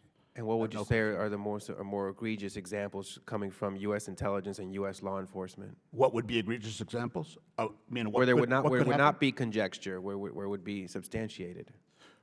Well, no. Everything that's come from U.S. law enforcement, I think, has been substantiated. Such as? Well, in terms of the role of the Saudi, the Iranian bank in Venezuela, the attempt and the Saudi ambassador here in Washington. I mean, those things are clear evidence. What I was referring to was other things that are part of the debate that haven't been substantiated, and I would be careful about that. Let me ask Dr. Bailey and Dr. Zell. I've seen media reports that indicate Hezbollah has possibly set up a base in Cuba. What is the nature of these reports and any potential nexus between Havana, Tehran, and Caracas and the impact it could have on U.S. national interests? I'll start with Dr. Zell. Well, there are, of course, numerous reports of training bases in Cuba that have aided the terrorist networks. There are also substantiated reports of Cuban scientists helping with chemical plants in Tehran, for example, so that there is really a network of things that we can point out with a specificity. My concern is when we look at these things is, do we have the right analytical framework? And whatever the evidence may or may not be, what I am trying to emphasize is that we need to understand the threat not from Iran in discrete terms in each country, but these countries acting in unison. When I mentioned earlier that my worst nightmare would be a nuclear Iran and a Venezuela willing to accept deployment of those weapons in Venezuelan territory, for example, it is within the realm of possibility. Well, let me do this before you, I only have a few seconds left. Dr. Bailey, this issue of the bases, Hezbollah, and involvement in Cuba. Could you put on your turn on your microphone? I'm sorry. It depends on what you mean by base. I mean, when I talk about a base, I'm talking about substantial physical infrastructure and so on. I don't believe that Hezbollah has established a base in that sense in Cuba. The presence of Hezbollah agents in Cuba is well documented. And it would be very odd if they didn't have them there. Has that been greatly increased? I don't know, quite frankly. I don't know the answer to that, but My time has expired. I'll yield back, Madam Chair. Thank you so much, Mr. Rivera. And Mr. Royce, it's so great to end with your questions. Mr. Royce from California is the chair of the Subcommittee on Terrorism, Nonproliferation, and Trade. Thank you, Madam Chair. And actually, this hearing builds a little bit on a hearing we held last year and the findings of our subcommittee on the use of Section 311 sanctions to target bad banks. And this is the tool that was used on the Lebanon-Canadian bank, Lebanese-Canadian bank, which was at the center of Hezbollah's massive effort there at money laundering. But Mike Braun was actually at the center of some of DEA's most effective operations, including taking down Victor Boot, and thank you for that. One of the things I wanted to ask you, Mr. Braun, was when you think about the use of Patriot Act 311 sanctions combined with, you know, the investigations, money laundering investigations, it's awfully similar to the methodologies that was used with the Bank of Delta Asia in order to move against North Korea with respect to their illicit activities. And there was a little lesson, I think, in terms of that operation because it was enormously successful in getting the attentions of the North Koreans and cutting off the supply of hard currency that went into that regime. Things got to the point where he couldn't pay his generals. And yet, what happened was that the diplomats really pulled the plug on that operation. There was a situation where he had them dead to rights, and they were sweating out the consequences of that freeze. And it was the diplomatic effort that got them out from underneath the sanctions. I would argue that now is the time, before there's any backsliding on the part of Iran or any attempts, diplomatic efforts to try to move it in the opposite direction. Now is the time to take down as much of that Hezbollah's criminal structure as you can. And I was just going to ask you for your view on the similarities of this and the lessons learned. Well, with the earlier piece to that, your comments, I mean, it certainly wouldn't be the first time that federal law enforcement and diplomacy bumped heads, but those things sometimes happen. With respect to 311, I believe 311, in the case of the Lebanese-Canadian bank, that was the first time that had been used, and it needs to be used more often. And I wonder if it could have been used more extensively, because, of course, what happened was the head of the central bank in Lebanon simply allowed them to move those accounts to other banks. Now there was some success in terms of grabbing some of the 200 accounts that were used in money laundering, most of it by Hezbollah. But on the other hand, we allowed a public official there to get away with lax oversight, you know, and just to move it to other Lebanese banks. I think we should have expanded it, just like in North Korea. The expansion was used beyond Banco Delta Asia to any other accounts that were being used by the North Korean regime when we caught them counterfeiting our money and with their other illicit activities. Should that have been done here? Should we have doubled down in order to make sure that we got all of the perpetrators? Well, I think we should have doubled down, as you say. But even more importantly, I think it's a weak spot with respect to federal law enforcement in general, and and even our greater security apparatus. We need to get better at using sanctions like 311 to drive very nefarious organizations and bad guys into the areas where we can hit them the most, and we're not doing that. I'm glad you said that, because it took us literally years to get Treasury to use 311 on North Korea. Despite we put out a position paper in my office on this. We've been trying to drive the use of this, and it was the central bank governor, Mr. Salama, who decided, to allow those same accounts to morph and transfer into the banking system in other banks under his purview. We should have expanded this operation while we had them. And well, Congressman, we've talked about this before, and I know we're on the same page. But for the benefit of everyone on the committee, when you hit the bad guys in the pocketbook, you cause them to change their tactics, techniques, and procedures.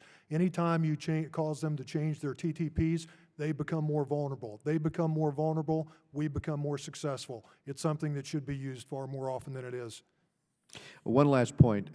Congressman Duncan of South Carolina and I have written legislation that essentially says, wipe the board clean, set aside your preconceived ideas on this, get everyone in a room, all the agencies in a room, and come up with a strategy to deal with Iran's role in our hemisphere.